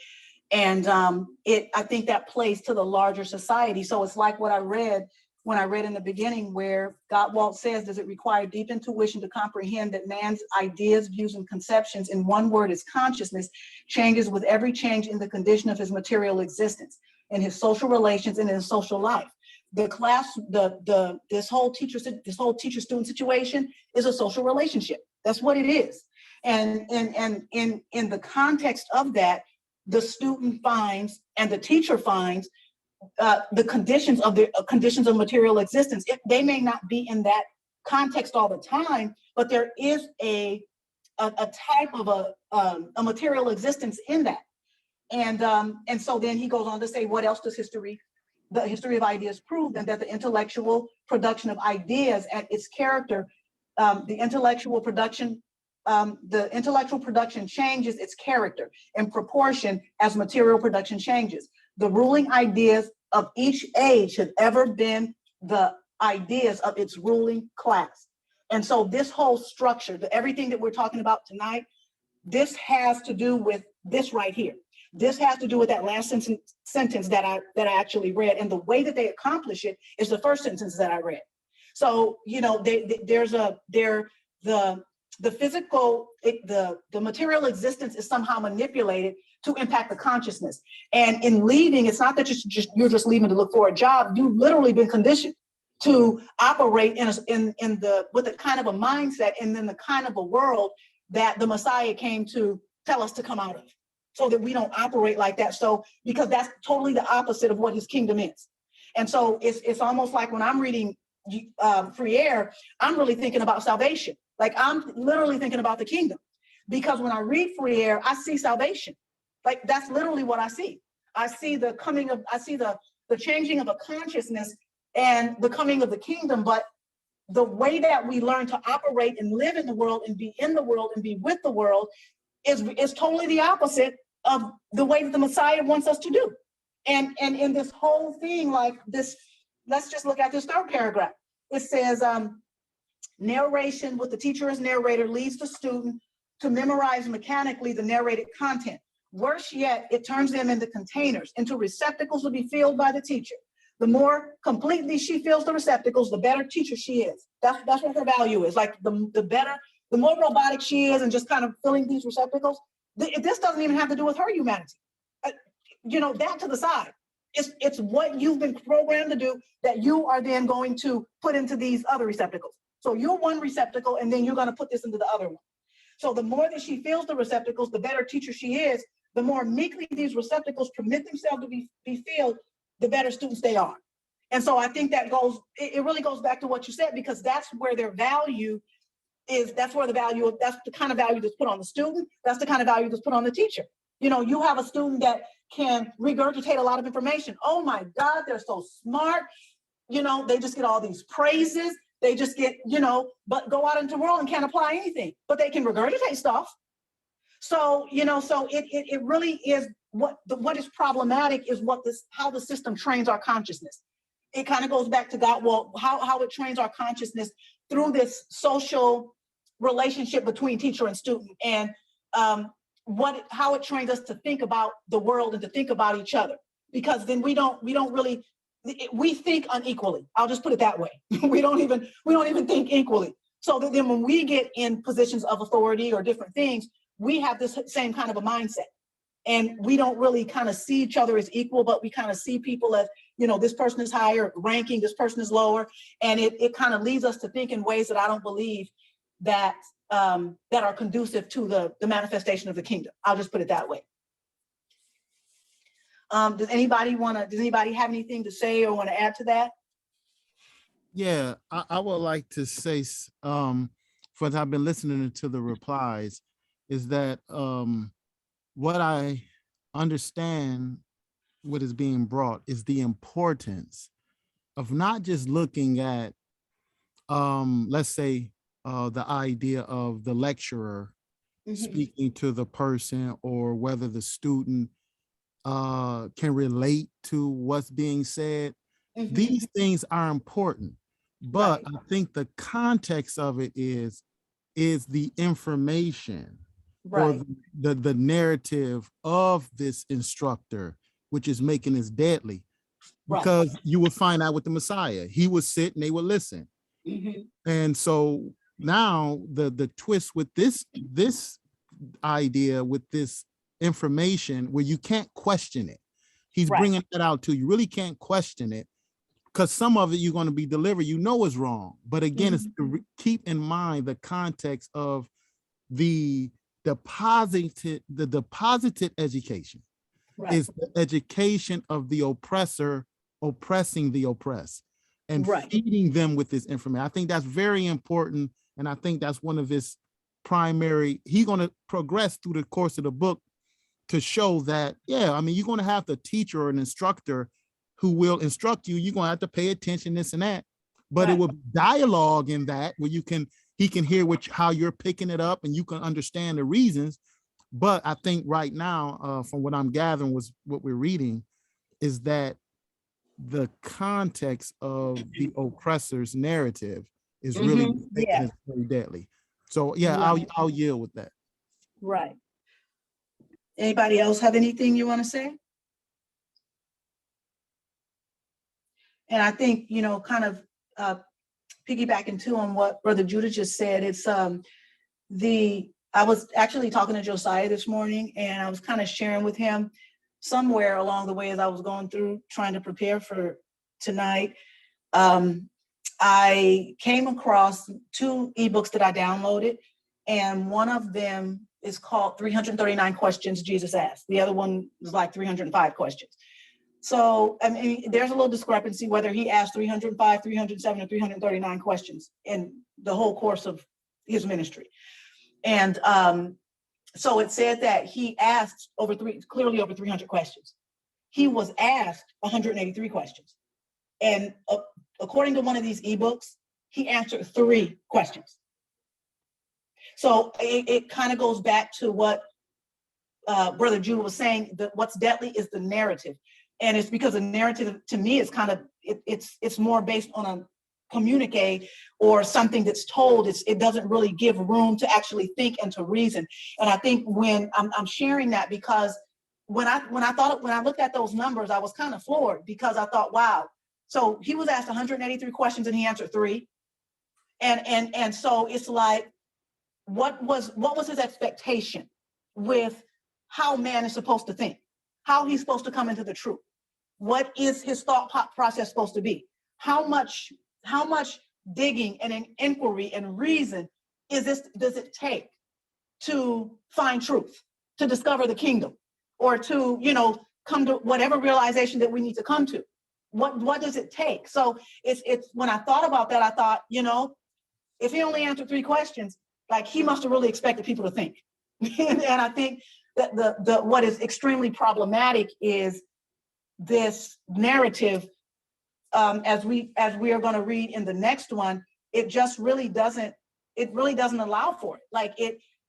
I won't say it doesn't allow for it at all, but while kids are doing all the busy work, they don't really get an opportunity to develop in their critical thinking because they're doing a lot of busy work. And I think that, you know, even when it comes to just life in general, you know, just sharing a personal thing, it's something I wish I would have done when my kids were small and when I was raising them up. But I spent a lot of time telling them what to do. Do this, do that, do that. And we told them what to do all the time, when to go to bed, when to get up, what to eat, what not to eat. And, you know, it's looking back, I don't think it was the best way, because I don't think that, and this is what I think I admired about parents who were older, because I started having kids, I was 22. And and so we had friends that were having kids and they were like in their late 30s and early 40s at the time.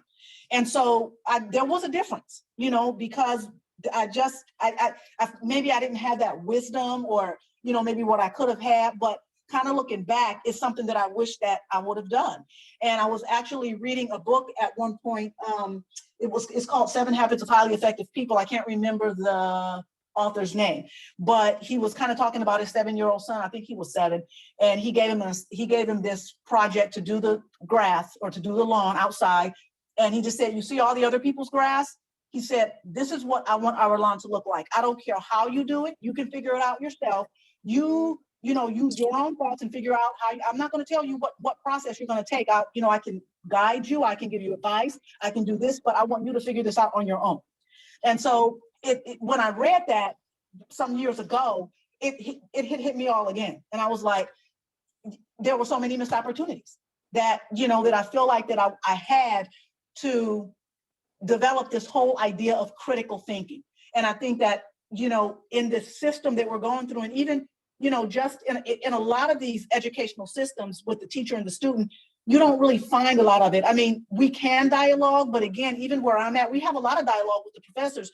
But what becomes problematic is if your conclusions, you know, are different than what I guess the institution thinks that they ought to be. You know, so, but I do believe that, you know, it's super important to develop the critical thinking skills in our children, because a lot of our children will go through these institutions. Like they'll go to college and they'll do whatever they're going to do. And I think when they learn these things, and they learn that, as we're going to read later, that just because the teacher has maybe a degree and has, you know, some professional knowledge that is honored, it doesn't mean that they have a monopoly or an authority on knowledge itself. And that the students themselves, they have just as much as a capacity and access to knowledge as the teacher does. And I think when they understand that, it raises their confidence level, and they're more apt to kind of speak up and not maybe fall victim or prey to some of the things that they could fall prey to in these systems of education, or these, you know, higher learning or whatever, when they actually go to these colleges. So anyway, that was just something I wanted to share. But does anybody have anything that they want to add? Okay. So I'm going to go to the next paragraph, and this one says, education thus becomes an act of depositing, in which the students are depositories and the teacher the depositor.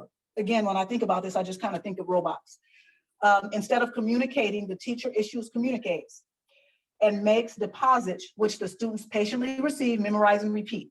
This is the banking concept of education, in which the scope of action allowed to the student extends only as far as receiving, filling, and storing deposits.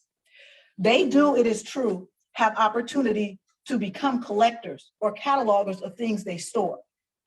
But in the last analysis, it is the people themselves who are filed away through lack of creativity, transformation, and knowledge in this, at best, misguided system.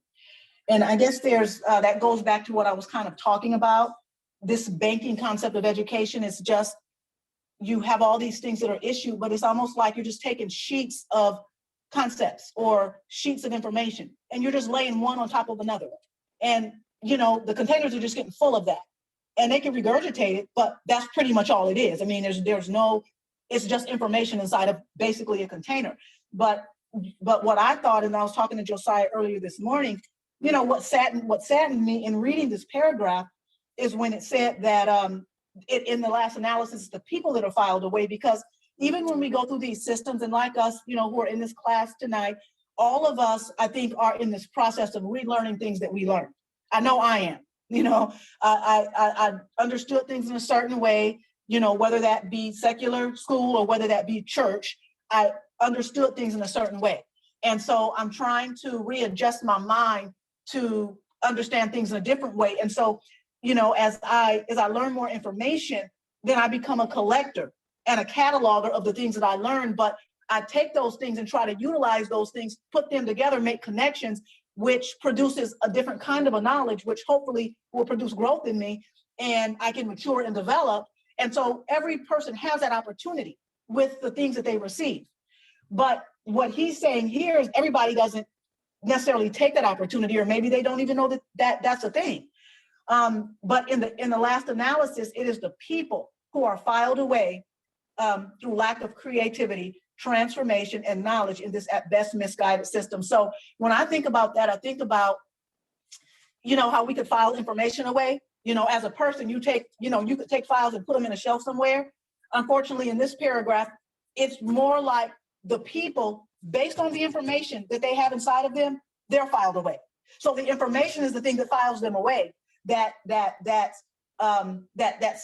stifles their creativity, that causes them not to grow, not to develop, not to understand self, not to understand the world, not to see the world the way that they were intended to see it, not to become fully human. So they are filed away based on this whole way of being, and they never develop into the fullness of being a human being. And so then Freire calls it this at best misguided system. And so the way that I saw that and I looked at that, I kind of thought, I think he's being gracious, because again, when I looked at that, I kind of went back to, there's a lot of people in this system who are not, they don't have a sinister objective. Like, they're not really there to ruin. They really think they're doing something good. They want to do something good. They, have the right heart. They, it's noble, what they're doing. They want to do the right thing. But at the best, the system is just misguided. So, anyway, I just thought I would, share. Does anybody have anything to say before I read the rest of that paragraph? Yeah, if I would like to add, again, I appreciate what's being brought out. I think, like he said, again, he's bringing out the idea of this misguided system, or the system of corruption. Mm-hmm. And when you for at least from the way I'm processing, when I have processed what he's saying, it is necessary. I mean, this idea of the banking and depositing knowledge. Right. Okay, it's necessary in a misguided system because of its contradictions. Right. So the system has so many contradictions that so therefore, if you carry on in a dialogue, I mean, that was actually what Socrates was known for, actually. He was known to be one of the philosophers that taught by asking questions. Mm-hmm. And so I recall reading where the public schools and the universities that they were creating, they wanted to remove all of that from the common person. So this idea of beginning to practice, to critically think, to analyze, it is detrimental to the system, because you couldn't help but to ask, you wouldn't help but to ask questions of the great contradictions. Right. So the idea of, oh, no, just train people to just believe what the teacher is saying, take it as it is. If the sky is red, then it's just red, no matter if it's blue. To accept the contradiction. And I believe that's one of the keys, at least from what I'm gathering, in this depository form of teaching, is necessary for the corruption of the system. Right. To train people that way. I agree. I agree. Does anybody else have anything that you want to bring out? So you guys, please tell me if I'm talking too fast. I do have a tendency sometimes to talk super fast. I've kind of always been that way, and I don't really mean to. And it's something that I've been told You're a doing lot in my fine, life. sis. Huh? You're doing fine. You're doing fine. Okay. You Because can keep people up. have You're said, doing all right. you're kind of hard to follow because you talk way too fast. And Real, yeah. really quick, could I say something? I just wanted to say, being that you are an educator, Sister Kaya, I really appreciate it. I'm taking notes, and I'm also listening to others bring questions and concerns up. But I think this is exactly what Mr. Freer is talking about. Because you're an educator, I know that gives you an advantage. But I've noticed how everybody has interacted and they have spoken because it's supposed to be a dialogue. So like the Right. way you're coming off is that you're giving us this sense of dialogue or discourse. It's not like you're talking at us, but you're talking with us. So if you hear the silence, I think that's why it's because people are processing information. But no, you're doing well, and I just appreciate the amount of analysis and study that you put into your presentation. I'm very much obliged, but I yield on that. But keep going, sis, please. Okay, thank you. I appreciate that. I have to say that I don't know how many of you guys were on the line when I first got on, and I was trying to. It was kind of a rough start, and I had the class that I was in. My class had just ended, and that was the last class for this semester, and we had they had a surprise meeting. I don't know, and we had probably like 8 professors that resigned from that institution. And so, the students were trying to figure out what in the world is going on and why are these, professors resigning in the meeting that we had. I might as well have been in the meeting with Joe Biden and that administration, because we just really couldn't get the right kind of answers. But even the professors that I was in with this last class that I was in, even the older one was not coming back, and then the younger one was still under some kind of contract. And, he didn't say it exactly, but I don't think he was coming back. And so, so I think trying to kind of adjust from that and jump into what I was going to jump into in this particular one, it was, it was just kind of surprising because it was something that I didn't expect. And it was just a surprise. So, so I'm, trying to figure out what was going on in my own next move. So, you guys, please forgive me for the beginning. So anyway, the next part of this says here, for apart from inquiry, apart from the praxis, individuals cannot be truly human.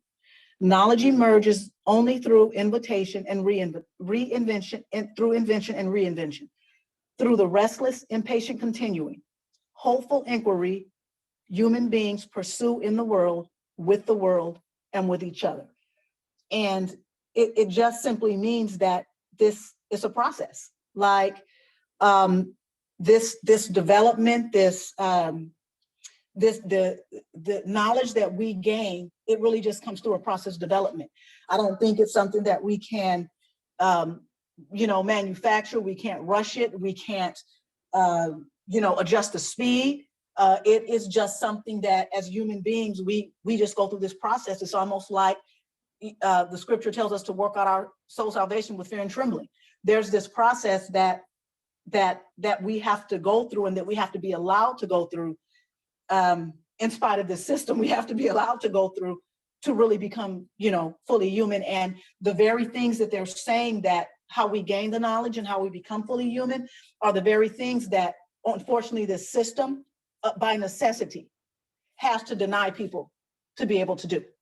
Because somewhere, Brother Bryant probably knows where it's at, but somewhere in the chapter 1, it talks about how the oppressors neither care to have the world revealed nor to see it transformed. And so because that is the case, of necessity, there has to be this banking system that actually is, while people are doing that, they're prevented from doing the real work that would bring about true knowledge, that would cause them to develop and to become fully human. So, you know, that's kind of what I thought about when I read that it's just, it just really is a process. And it's not always, it's never an easy process. Like, it's a process that, you know, probably through the time I take my last breath, I'm sure that I'll be going through that process.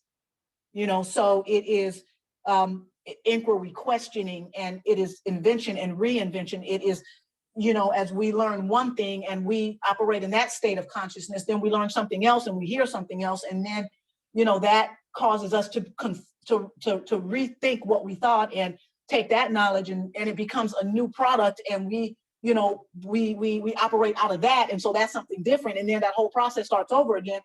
But that cannot happen if we are not willing to kind of go through this process of searching and digging and inquiry. And it kind of makes me think about what, you know, Yahweh Shai said when he did all those different parables of what the kingdom is like. And it was just this process of discovery. It wasn't something that he gave. It wasn't like, okay, I'm just going to give you this. It was something that it didn't seem like a lot of the times when people discovered it, they were on the move, either looking for something or they were doing something, but then it was something they kind of stumbled upon, but it was something that they fell into, that they perceived in some kind of a way. It just wasn't something that, you know, it's not, knowledge is not something, if you can give people information and you can impart knowledge, but I think the kind of knowledge Freire is talking about is the kind of knowledge that has to be forged. Like you have to, you have to work for it to evolve in a way inside of you where, you know, you can become this new human being. That's, you know, in the latter chapters, it's neither oppressor nor oppressed, but this brand new human being who's gonna, you know, fight for the fullness of humanity for everybody. Does anybody have anything to add? Oh yeah, here I go again. That's okay. What I see he's describing here, the words he's using, this idea of through invention and reinvention, through the restless, impatient continuing. I understand the Messiah, he argued that unless a man hunger and thirst after righteousness, right, he will not be filled. So this idea of restless, impatient, continuing, it definitely changes the shape of dialogue. Right. Because when you really want to know, or as the proverb said, blessed is the one, or when he was making reference to wisdom and understanding, who waiteth daily at my gates. You know, this is the, you know, some people, they don't realize what they put in it is what they're going to get out. And right, he's showing it here. Knowledge emerges only through, you know, it's not going to come any other way. And when you are always asking why, and you want to know, not asking why because you have an answer, but you're asking why because you're in search for answers. right. This is the real true dialogue. This is how things are manifest. And, you know, because some we could get, okay, I know this, I know that. No, in the quest for learning, you know, even when you say invention and reinvention, you're always going through your own, what you have learned and trying what you have learned. And this is, you know, I recall my teacher saying this, your notes probably won't look the same 5 years ago as it looked today. If it is, then it isn't growth. Right. So if you're constantly searching, I just want to point that out for you know, just for, it's real important, it's thirst and hunger. And I see the same words here. That's the only way it can be achieved. And with that, let me add this part in. When you have that, or I would say that is truly stifled in a mode of depositing, you know, this restless search of asking why, it's stifled when you just have to take what I say and nothing else. So, you know, in the true liberation and find freedom, I mean, from my own experiences, just wanting to know why, what's the cause? And that is truly the road to knowledge and truth, and which will set us free. Right. It will actually lay bare this entire system built on contradictions. Right. Yeah. So I'll yield with that. Right. Yeah. No, that's true. And The interesting thing is with this whole banking situation, yeah, I even see that in the Sunday church. Like it's, you know, it's extremely prevalent all over the place. It's not just in this context that we're talking about, but it exists in a whole bunch of them. And I think it just kind of goes to show how society is structured for the benefit and for the purposes of the ruling class, and for them to reach their objectives. Because even in other types of institutions or spheres of society, you see this whole banking system at work. Does anybody have anything else that they want to share or add? Well, from what you just said, it's the same deal. To me, it's all the same. You know, Right. you have the educational apparatuses, whether they teach Yeah. so-called Right. Western theology or politics. Yeah. Right. But yes, I see it's the consistent thing that I witnessed through my own life. It's their covering of, that's the only way that they can live in their contradictions. Right. Because when you start to question, even in your so-called church pews, Yeah. well, wait a minute. Well, you're saying this, but this don't make, you know, just even asking sincerely, you get shut down, because that's the only way they can uphold a lie. You can't question it. I agree. You know, so yeah, I'll yield. Yeah, no, that is absolutely true. And as a matter of fact, somebody was telling me the other day that they wanted to kind of read the Bible from the beginning to end, because they said that the way that it's taught, they jump around. And so, you know, you get this banking thing and they jump around, and you don't ever really kind of get the full picture. Like you never get the whole narrative or the whole message that the scripture is teaching from beginning to end. So you can kind of make these connections and see the bigger picture of themes and these motifs or these things that repeat throughout the scripture. You don't get to really see them because, you know, it's that whole system is in play. But so anyway, the next paragraph says the banking concept of education. In the banking concept of education, knowledge is a gift bestowed by those who consider themselves to be knowledgeable upon those whom they consider to know nothing. Projecting an absolute ignorance onto others, a characteristic of the ideology of oppression, negates education and knowledge as a process of inquiry. The teacher presents himself to the students as their necessary opposite. By considering their ignorance absolute, he justifies his own existence. The students, alienated like the slave in the Hegelian dialectic, accept their ignorance as justifying the teacher's existence. But unlike the slave, they never discover that they educate the teacher. So I think as I read this, it really goes back to the idea that as human beings, the only way, you know, for us to become fully human, for us to bring about this new system with new ideas, is for this whole backward structure, I'll put it, this unequal structure. It has to be torn down. It has to end, and we have to realize that knowledge really is not something that is bestowed upon us. Like, I think I was thinking about this earlier, and I might have been talking to Josiah about this too this morning, because even when we think about the whole school structure, the whole setup, that whole social structure, it's almost like the teacher is giving us something.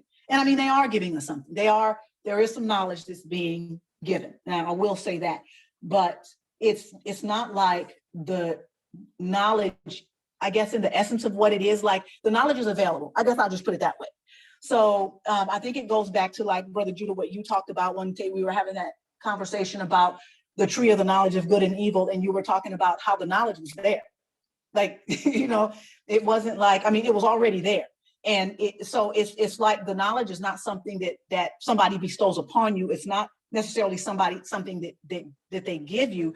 It is something that, as a human being, you actually have the capacity and to grow in, to develop in. You have the capacity to know, and I won't say necessarily in yourself, but you do kind of have the capacity to know certain things without somebody necessarily teaching you. Knowledge doesn't have to be, it's not like if the teacher is not there, like it talks about here that what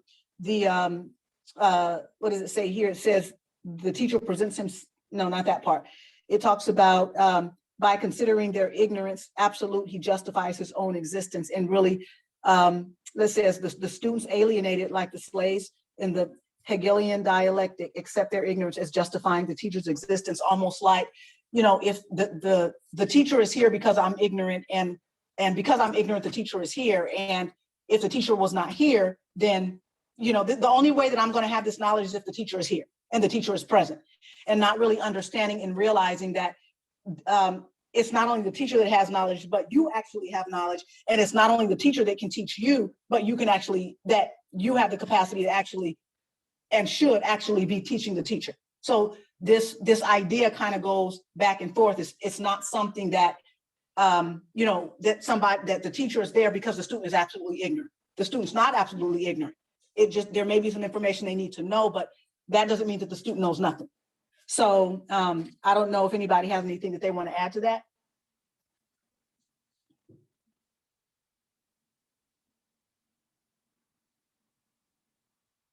Okay, so I'll move on, and then I'll read these other things, and I think where we'll probably stop is on J. What time is it? Yeah, on J at the end. Yeah, I actually wanted to say something if I could real quickly. Please. Shalom to everybody online. But yeah, I was just, you know, as I read that paragraph, it just came to me when talking about the banking concept of education, just permeates like ignorance. Right. You know, as he said, projecting an absolute ignorance onto others, the teacher or pastor or whoever's informing at that time does. But it's like, you know, nobody's like it's interesting how like when somebody learns from like the banking education that way, like nobody thinks they know it all like a person like that. Mm-hmm. And I don't know if y'all really understand what I'm saying, but like when you're informed that way, you just think that, okay, I just know it, I got it, I just understand it. But you're not really like asking questions or critically thinking about it. You haven't been taught to ask questions or critically think, Mm-hmm. because that space has not been allowed for you to ask and to think. You can't ever consider any other possible conclusions. So you think that it's only this one thing that you've been told, you know, which can cause you to feel like, oh, I'm right and I have it all and I know it. Right. But really, you have an inability to even, you don't even know what's going right over your head. You have an inability to even consider other possibilities of the way, you know, things could actually be, or what an actual reality of that thing might look like. Right. But that's caused by the banking education, because that space for critical thinking, that space for questioning, that space for you saying, oh, what about this? Or I actually think about it like this. Since you don't have that opportunity, you actually come to a place where you become ignorant, which can could put you in that place where you start to think that you know it all. Right. They don't know anything. I know everything. So I just thought that was interesting how like banking education in itself, it like repeats the cycle. Right. And then like the next person, they do the same thing. And next person does the same. And nobody ever critically thinks or asks any questions, and it just stays the same. Right. So I'll yield with that. And I mean, I think that's how that's how the system is maintained. I mean, it just keeps going. And I really believe that whole structure, again, like I said, I kind of think it's like the cog in the wheel. You know, how else is the ruling? Nowadays there's all kind of ways they can do it. But I think this whole idea of compulsory education, that had a lot to do with it. I mean, how are we gonna get to the minds of the young, and how are we going to mold them and shape them so that we can exploit them later? Like they're going to have to be conditioned for it. And so the only way that we can do that is if, you know, we find a way to transfer these ideas. And I do think it goes back to what Gottwald said. And I think even here where it talks about, it says, okay, projecting the absolute ignorance onto others is a characteristic of the ideology of oppression. It negates education and knowledge as a process of inquiry. So I think it goes back to what you just said, that the process of knowledge, the process of education, of becoming educated, is not really just kind of us sitting and listening to somebody talk. It really, I mean, we can do that. I think that's a part of it for sure, without a doubt. But I think also in that process, there has got to be inquiry. And there's some work that we have to do. I guess I'll just put it that way. It's certainly not something that somebody's gonna, sprinkle fairy dust and it's gonna fall on us and, we're, just gonna be enlightened. That is a process. It is you have to kind of, it has to be forged, and you got to kind of, work your way through it.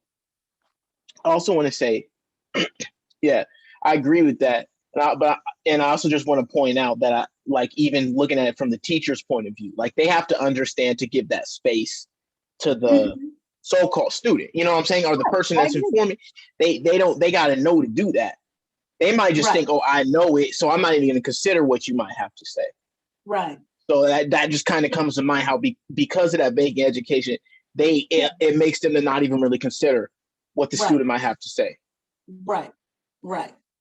And I think that is one of the things. I mean, I do appreciate this, and I think I told you about this, Josiah, and I think Shane, I actually mentioned it to you too, about the conversation. And one of the professors who's leaving, I actually told him I'm going to be getting back to him on it, but that whole idea of the consciousness not being, that's not really, we had to do something in Genesis. I think it would have to do with, so I can't remember what the question was, but he just said that word really didn't have a basis in, I think biblical something. I don't remember what he said. I have to go back and look at my emails, but it goes kind of, I think, Josiah, to kind of what you're saying. I mean, because I said I really appreciate, all the training that you've had and, kind of, where you're at in this kind of thing, but I really don't agree with what you're saying because I think that, consciousness, even though it may not be quite mentioned there, I think that you can see it. I think it's at work. And, there has to be, it goes back to what you said about there's got to be room for the dialogue apart from, just what the teacher thinks. And I'm not saying that he wasn't that particular professor. I don't think he's like that. I think that kind of what he was sharing, he was really sharing out of a heart of concern, because he really kind of thought I was kind of going off on the deep end. And, but I think hopefully maybe as I'm able to explain more to him what I mean by that, he might come out and understand it a little bit better, and not just kind of say, okay, well, that doesn't really have a basis in, the biblical, what the Bible is teaching in that particular instance. So I agree. I'm just saying that to say there does have to be room for that. There has to be room for the student to come to their own conclusions. And I think that, I was thinking the other day about subjective, how our truth can be subjective. And we, as we study and as we research and do these kind of things, whatever conclusions we come to, I just believe it should always be, we should always put it out there for other people because they're going to see things in different ways. And, to check what we say, but not just to check it, but when we hear it, then we might see where, we're kind of, where we might be a little lopsided. I don't know. That's the only way that I can say it. And I think that healthy growth only comes from that. So I do believe that these kind of things can start with this, this whole idea of your truth. I think that it can maybe start there, but you've got to be willing to move on from that. And whatever conclusion that you've drawn, you've got to be able to open yourself up and allow yourself to, through this process of inquiry and searching, you got to be able to hear other ideas and, people who've come to other different kind of conclusions, because I think that it keeps you safe. I'll just put it that way, from kind of feeling like that, you have all this truth in yourself and the other people just don't get it. So, I mean, I don't know if that's exactly what you're saying, but that's kind of what I understood that you were saying. Yeah, that about covers it. Okay. So does anybody have anything to add? Yeah, really quick. I just want to also add to, like, being that this is about, our liberation or about our humanization. I know Lenin mentions, to learn communism. And I think that this dialogue, well, he goes into it further, but this dialogue that we're having, it applies to us trying to liberate ourselves, or I would liberation as communism or egalitarian, for what I've been taught at the school. So this kind of teaching, or this kind of method of teaching, this discoursing, if it works well when we talk about the teacher and the student riffs, because the teacher has to learn things about himself as well. How does he equip his students with the information which will lead them to praxis or action, right? So I think that everything that we're saying, I just wanted to keep in perspective that is ultimately about how we learn, or how we start to engage in communism, or getting to a communist society, or at least a socialist society. So that's where this really fits at, because I mean, from the way you brought it out tonight, Conrad, Kanye, it was like, man, it made me look at, elementary school and grade school all over again, right? Which is good, because even like Mr. Lennon mentions, that's what they have taught us from the old schools. They have just taught us the interests or the goals of the bourgeoisie. So they really don't teach us how to, like we talked about creativity and stuff like that. They really just show us how to make them profit and how to be, submissive to them. That's all. I mean, even though they teach us science, but again, using that method that the teacher only knows and we know nothing, we get that thing of, man, we're hopeless, or we can't be independent, as Mr. Freer mentions in the book. So I think that this whole conversation, it goes well with the teacher starting to look at himself as also trying to become human, that he has to get rid of this ideal that his pupils don't know anything. And not that even if they're his pupils, that actually they are, counted as the same as he's counted. They, they have been dehumanized, because Mr. Freer mentions how the oppressor also dehumanizes himself as he, chooses to accumulate wealth, and as he chooses to, dominate and suppress everybody else. He also becomes, because he becomes this necrophiliac, or this sadist obsessed with death and stuff like that. We went over that before, but I think that all this applies when we learn communism. This rift between the student and the teacher, that the teacher has to understand that the students know things too, that the students aren't beneath him. They have ideals, because we're trying to get into a situation that's really, uncharted territory, egalitarian communism. So we all have to let down our titles or our positions and really, work this thing out together as human beings. So, not no longer being dehumanized. I just wanted to add that into there, though. But I yield. No, I think that's really good, because I think we're doing this together, and I think it's when I hear you say that, I think about equality. I think I really think that that's part of what Freire is talking about, even though he's, he might be talking about it in a somewhat of a different way, but in the end, that's basically what it comes down to. It really comes down to this sameness. I'm not really sure how else to describe it, but in that kind of a society that we're trying to get to, there's going to be this sense of sameness. Not that everybody will be just alike, but I think that there's going to be this way of understanding that kind of makes people equal. I'm not really sure exactly how to say what I'm trying to say, but just in that kind of a society, I just think everybody is made equal, because it's how people develop and how they grow in their consciousness. I think it's just kind of how people become one. Like when you say that, I think about the passage where it says that they will know that you're my disciples by the love that you have one for another. There's this in this community where the people who are on the outside can see there's something different about those people, and they're set apart, or they're noticeable by the love that they have one for another. The only way that they have love one for another is because there's this commonality, of some sort of commonality, or some sort of sameness of understanding. If they don't have that, then it's going to be really hard to have the love that you have one for another. I don't know. I kind of think that that's part of what You know, he meant when he said, you know, them and me, and I'm, you know, I'm in them and they're in us, and you know, this whole idea of oneness. But I think this whole idea of breaking this down, this whole teacher-student situation, I think that this does play a part in that somehow. Even if it's just the seedlings of it, I think that somehow it plays a part in it.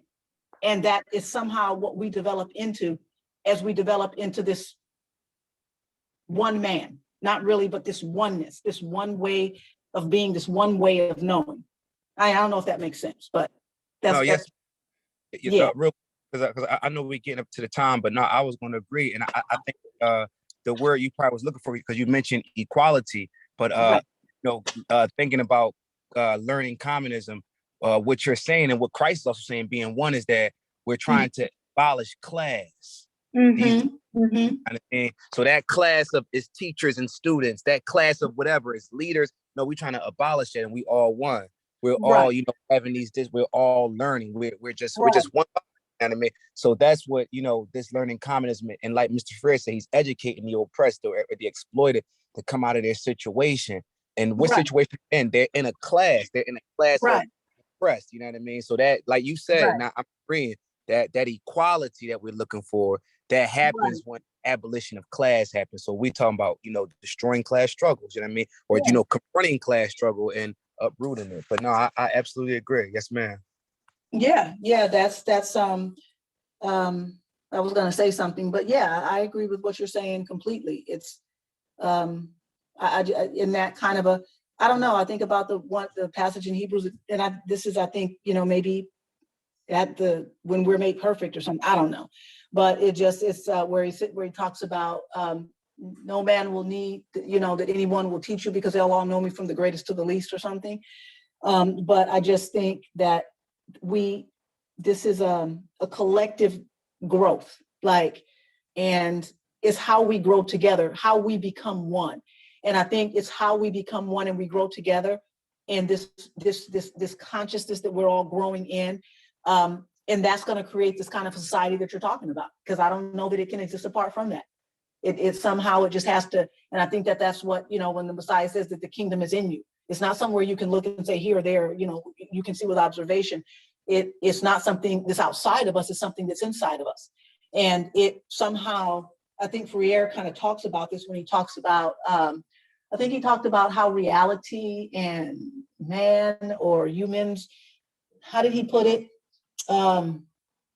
I can't remember. Somebody else might remember what he said, but there was somehow they kind of exist, like reality and human beings kind of exist together, like in the kind of world that is produced. Like, I can't remember exactly how he put it, but that's kind of the way that I think about where we're headed. It's this birth that he talked about of this new man that's neither oppressor nor oppressed. And in that birth, in that man, then we will have this kind of a society, this communist society that you're actually talking about. I think that's the only way that it can come. So I agree 100%. It's a process that somehow we all have to go through, and we all, you know, have to develop into. And it's a way of understanding. It's a sameness. And when I think about that, I think about the law. There was a way that Israel was supposed to understand, and it was supposed to create a certain type of a society. There was this sameness. There was this, not that every person was the same, but like there was an understanding of how to be and exist. And I think that, you know, in this understanding, that if they would have evolved into that, then you would have had this, unfortunately, you would have had this society where they could have created the kingdom on earth, but they never got to that point. So, so does anybody else have anything that they want to bring out, or anybody want to say something to close out? Yeah, I would like to say something. This Phil, at least from my perspective and experiences. Talking, you know, bringing out about the idea of the class, what Freire is bringing to the table, and other parts. Like, for example, here he says, knowledge emerges through the invention and reinvention, through the restless, impatient, continuing, hopeful inquiry. So this idea of a hopeful inquiry implies listening. Right. Then he adds here down in the last paragraph, when he's talking about raison d'etre, raison d'etre of liberation, education, Right. the most important feature, if you will, on the other hand, lies in its drive towards reconciliation. Right. So what he's bringing out is a process. Right. That process involves listening. So the reason why I'm bringing this out, because this could be read in one sense where it could be taken so far where you would just have a room full of people debating and just telling and just explaining the first thing how they feel and how they understand something. Yeah, so, that makes sense. So it's important not to fall into that entrapment. Like the Messiah said, there's many things I have to tell you, but you can't bear it now. Or the scriptures teach about, don't go into the house of the creator and give the sacrifice of a fool. You can hear them before you even see them. Right. So I'm bringing this out in this because I've seen and witnessed, whether I was been in classes, like doing apprenticeships where, yeah, this also could be applied to anything that the student will say or the teacher's instructing. It can all, you know, and you know that I just want to bring that part out just from a perspective of the idea of what he's bringing out, inquiry. Okay, that's listening, you know. So you're going to have a time like when the Ethiopian eunuch was coming. Philip had asked him, do you understand what you read? He said, well, how can I unless some man guide me? Right.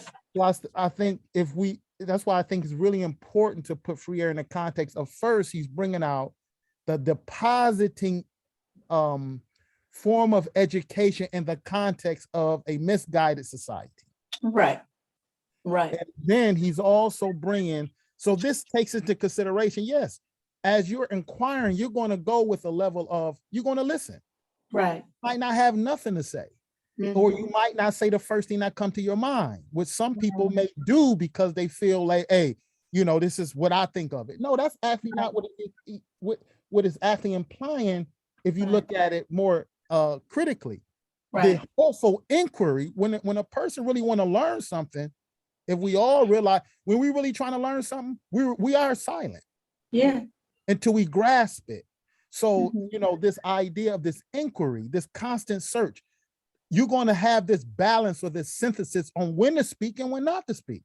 Right. And so the idea is to, when it is time for that person to speak, it is the teacher to give that opportunity, but it's also teacher student, know when to be silent, know when to give input. So it's like this perfect synthesis where if it's not looked at properly, the first idea that come to a person's mind and a teacher, listen, no, all of a sudden now you know what, you're trying to deposit knowledge in me. No. You know what I'm saying? Because you run into that. The next thing you know, you got a room people arguing because they're not really inquiring. That takes a humbleness to really be open.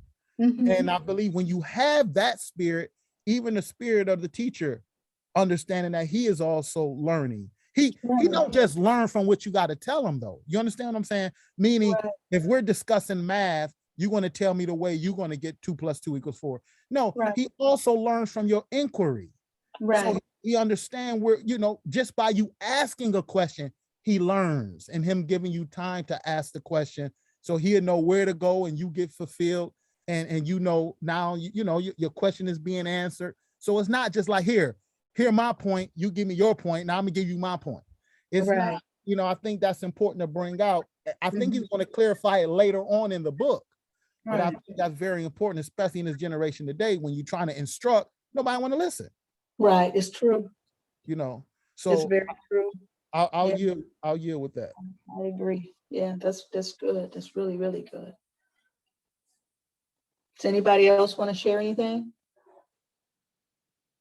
Yeah, just to follow up on what Adija just said, that process of just like, you know, basically I want to prove my point. Okay, you said your thing, now I want to prove my point. It kind of just reminds me of how debates will go. And I think that sometimes, I think debates are good mostly for the audience. It's not really good for the people involved, because it's like, you know, because you're most of the time, because you're performing it in a sense, your job is to like, make your case and try and explain why you're right and the other person is wrong. But and that's why I say, like, the people actually debating, I feel like it's not even like that's not a healthy environment for them to learn. But I do think it's good for the audience, because now they're thoroughly hearing both sides of the argument in a sense. There was only one case where I heard a debate. It was between an atheist and a Christian.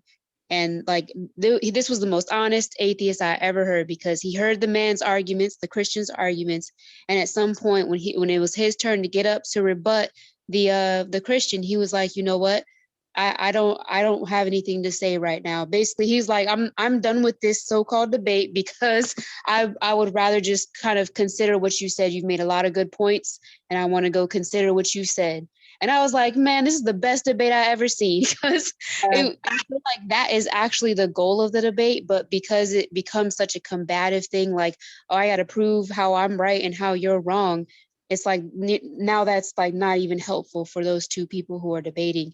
And I think that that's kind of how it ends up being. That seems to be the climate of America in general. It feels like, especially when it's in the political realm, you have the presidential debates, and it's never like how can we work together, guys, to figure out these problems? It's like, here's my idea, and this is why it's better than yours. And while I'm at it, I'm going to bash your character and bash all your other policies because I need to make myself look good. And it's just like, okay, guys, this is not actually helpful in figuring out how this can help all of us. And it's not helpful, I think, when it comes to the pursuit of truth. If you're going to have that type of attitude where neither person is willing to humble themselves to fully listen, like they have that saying where it's like, I'm probably gonna mess it up, but it's basically like you're listening to respond. Like that's not a healthy form of listening. You're only listening so you can figure out where to poke holes in their argument or something. And it's just like, okay, you're not really listening then. You're just kind of, trying to prove them wrong. Whereas like, if you just hear what they're saying, maybe you can still have those questions. And that's how it should be presented. It should be presented as questions, not like, well, you're wrong because of this hole. It's like, don't you just ask that as a question? Okay, because maybe they already have an answer for you. And now you won't look as dumb, at least, if you make it a question. And it'll help challenge that person who's presenting too, versus like, and I personally have a hard time with that kind of combative spirit where it's just like a challenge around every corner. And I recognize how that's a good thing, but I'm it's more of a challenge for me if I feel like the person I'm talking to isn't even trying to understand what I'm saying. They're just like, well, what about this and what about that? And it's just like, okay, are you really trying to like be helpful in this conversation, or are you trying to show how you're right and I'm wrong? So I just just made me think about that based on what Elder was bringing out, like, this idea of like, okay, we have to listen to each other, not just, not just debate each other. So I'll yield. Yeah, I agree 100% without a doubt. That's really, really, really a good point. Anybody else want to add anything? As we get ready to end, I didn't read I didn't read the last paragraph, but Brother Judah did comment on that one. So I guess maybe next week we can start on page 73. And Brother Brian, if there's anything, that you hear that kind of relates back to chapter 1, because I know there's a lot of things that, like in putting the pieces together to kind of continue what Freire is bringing out, to kind of keep it grounded. If you have that, or anybody else who did, you've read it or you see something where it connects, you're more than welcome to, say, okay, well, let me, read this right here. And because I want to show a connection between that. So that I'm totally open to whatever, anything like that, because I do have the heart, copy, but I also have, like if I'm at work sometimes and I'm busy, I'll listen to the ebook the Audible book that I actually have. And I've listened to, read a lot. I read all of it, but then I went back and listened to chapter 1. But there is a lot of information to connect to this information. And so, you know, if you, because I know you probably have notes on that, you know, please feel free to make those connections. Absolutely. Yes, ma'am. Next week, as we go through it, I myself, and I'm sure other comrades who just heard you speak, we'll all do the same, because I think that's going to also help us, you know, understand, explain more things, especially like, you know, like the defining of words. Now we start to see what he means by this reflection. What does he mean by us, you know, becoming human, and how us, you know, obtaining our humanization is a version or overthrowing of the oppressor class. So no, absolutely. You know, God willing, we'll all be here next week, and we'll be able to discuss more things in this chapter, using chapter 1, and also how we did tonight, bringing out different examples and scriptures and everything. But I think that it was a great presentation. If anybody else don't have anything else to say, I just wanted to close with a scripture real quick before we sign off. Yeah, I do. I just want to reiterate, like for an example of the book itself. If we look at that, like let's say if Friere was before us right now, an example would be, for example, it's things that he would say he will explain later. And again, that shows the importance of the idea behind listening. And not just, okay, let me show you what I know. Because I don't really understand him saying that per se when he's saying when he says that the student doesn't know anything. He may not know anything about that subject. That may be true. But he still know things that the instructor could learn from to even help the student learn more about that in particular. So, and I just, you know, I think that's really important to make it clear as whoever else may read the book is not, well, I know, you know, well, here, let me say what I got to say, but you don't really know nothing about it really. So I don't think he's actually arguing in the context of, heck, I don't know anything about geometry, but here's my input. No, you're gonna learn about it. And I think listening and waiting, also being patient, because as we more swift to listen, like the scripture says, be apt to listen than to speak, then you know what, without the question I was about to ask probably will be answered as we let the conversation carry on. So and I think also I would like to say, as the book, as we progress through it, is something else that he's one thing, at least to me, as far as I understand, what he's bringing out is this idea that what he's seen to be working towards in the context of not just having people believe and just get this depositing knowledge. Again, I keep bringing out the context of the social system, meaning, well, you know, it works in a social system of corruption because it hides its contradictions, what I said earlier. But what he will also begin to bring out is who know more about oppression than the oppressed. So that's what he's going to build. So in order for this idea to help liberate them, he's going to bring in this idea of problem-solving education. Well, how can you present problem-solving education? Is learning from what the oppressed know. So when he's saying what they know is not necessarily know about a particular subject, but what they do know, they know about oppression. They know how they feel. They know what they see. And so therefore you gather this data and then you present it back to them so they can learn more about a particular subject. I think that's really important because, again, just reading it from right off the bat, you know, it's just that I guess from experience and listening and going through it myself, or being in a classroom, going through my apprenticeship, just seeing the same thing where you want to go tit for tat. You know, I want to be heard, but you really don't know nothing about this particular thing. And, you know, so learn and be quiet. So I don't think he's simply saying, heck, if I'm talking about a certain subject, let the student, you know, also expound on that subject, no matter how. No, I don't really think he's saying that per se. You know, I think he's talking about just hear what the student's input, and then you could learn from them. and maybe they do know about the subject. Right. But most of all, it'll give the student an opportunity to ask questions so they can get more familiar. And also, I'll close with this idea of both.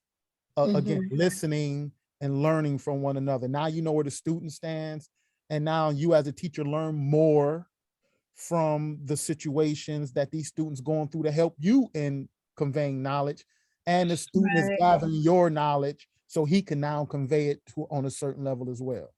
Right. You know, I just wanted to bring that out. I appreciate you. Thank you. Yeah, no, I think that's really good, because it is easy sometimes, like sometimes in reading, it is super easy to, how can I put this? You kind of can get bogged down into the paragraphs and stuff. And really it's easy to forget sometimes, like if you have this context. And so I hear exactly what you're saying. Like, so that's super important to remember that. So that's definitely, you know, something that, you know, going forward for sure, I'll be looking at, just, you know, even, you know, what Brother Bryant brought out earlier and stuff, just, you know, there's this kind of this, he's talking about this in a specific context. So I totally understand that. Oh, yes, sir. Yes, ma'am. So I appreciate you, Elder Drew. I appreciate you, Sister Kaya, so much, man. It was a great presentation.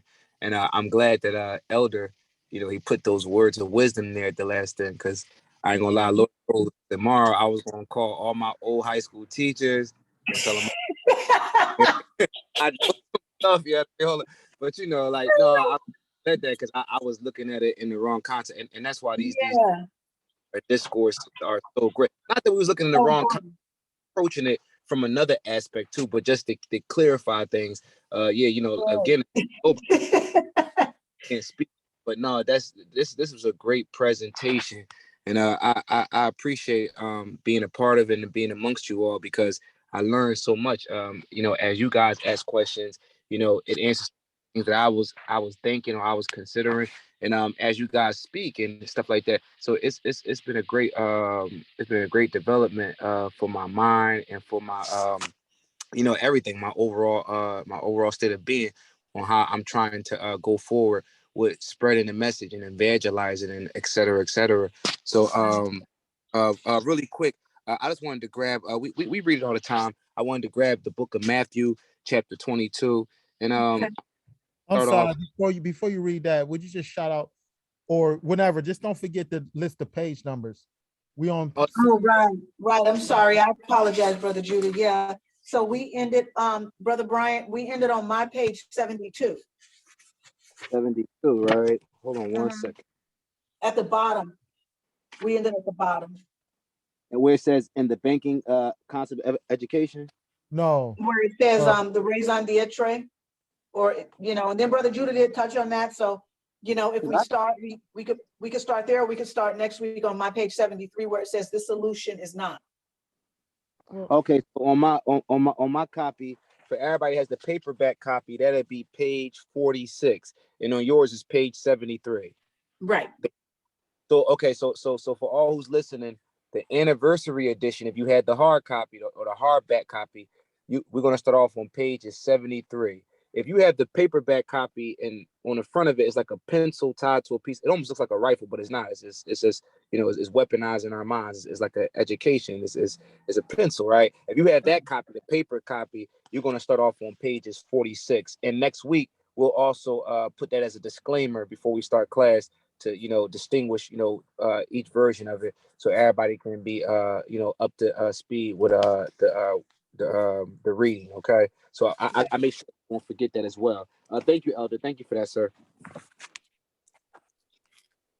Okay, so yeah, we always hear the scripture a lot. We read it at the school, and it never gets old. It's powerful. It's the basis of everything, what the Messiah was teaching us, his students at that present day, and we're his students still to this day. So I just wanted to read Matthew chapter 22, and I'll start off at verses 35.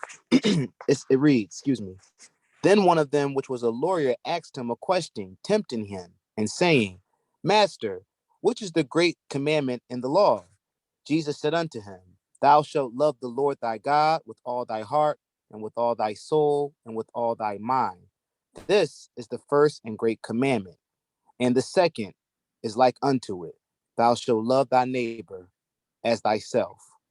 On these two commandments hang all the laws and the prophets. And that'll be the end of our reading for this evening. And with that, I'll say shalom. And thank you all, comrades. And thank you, Sister Kaya, for the reading. Thank you so much. Thank You were you. recording this, correct? I'm recording. I'm ready to stop right now. Okay. All right. Hey, great presentation, everyone, but especially to Sister Kaya. You did great tonight. I saw things very clear tonight. Not that I didn't see things clear with everyone else, but you know what I'm saying. Good job. Thank you. Praise the Most High.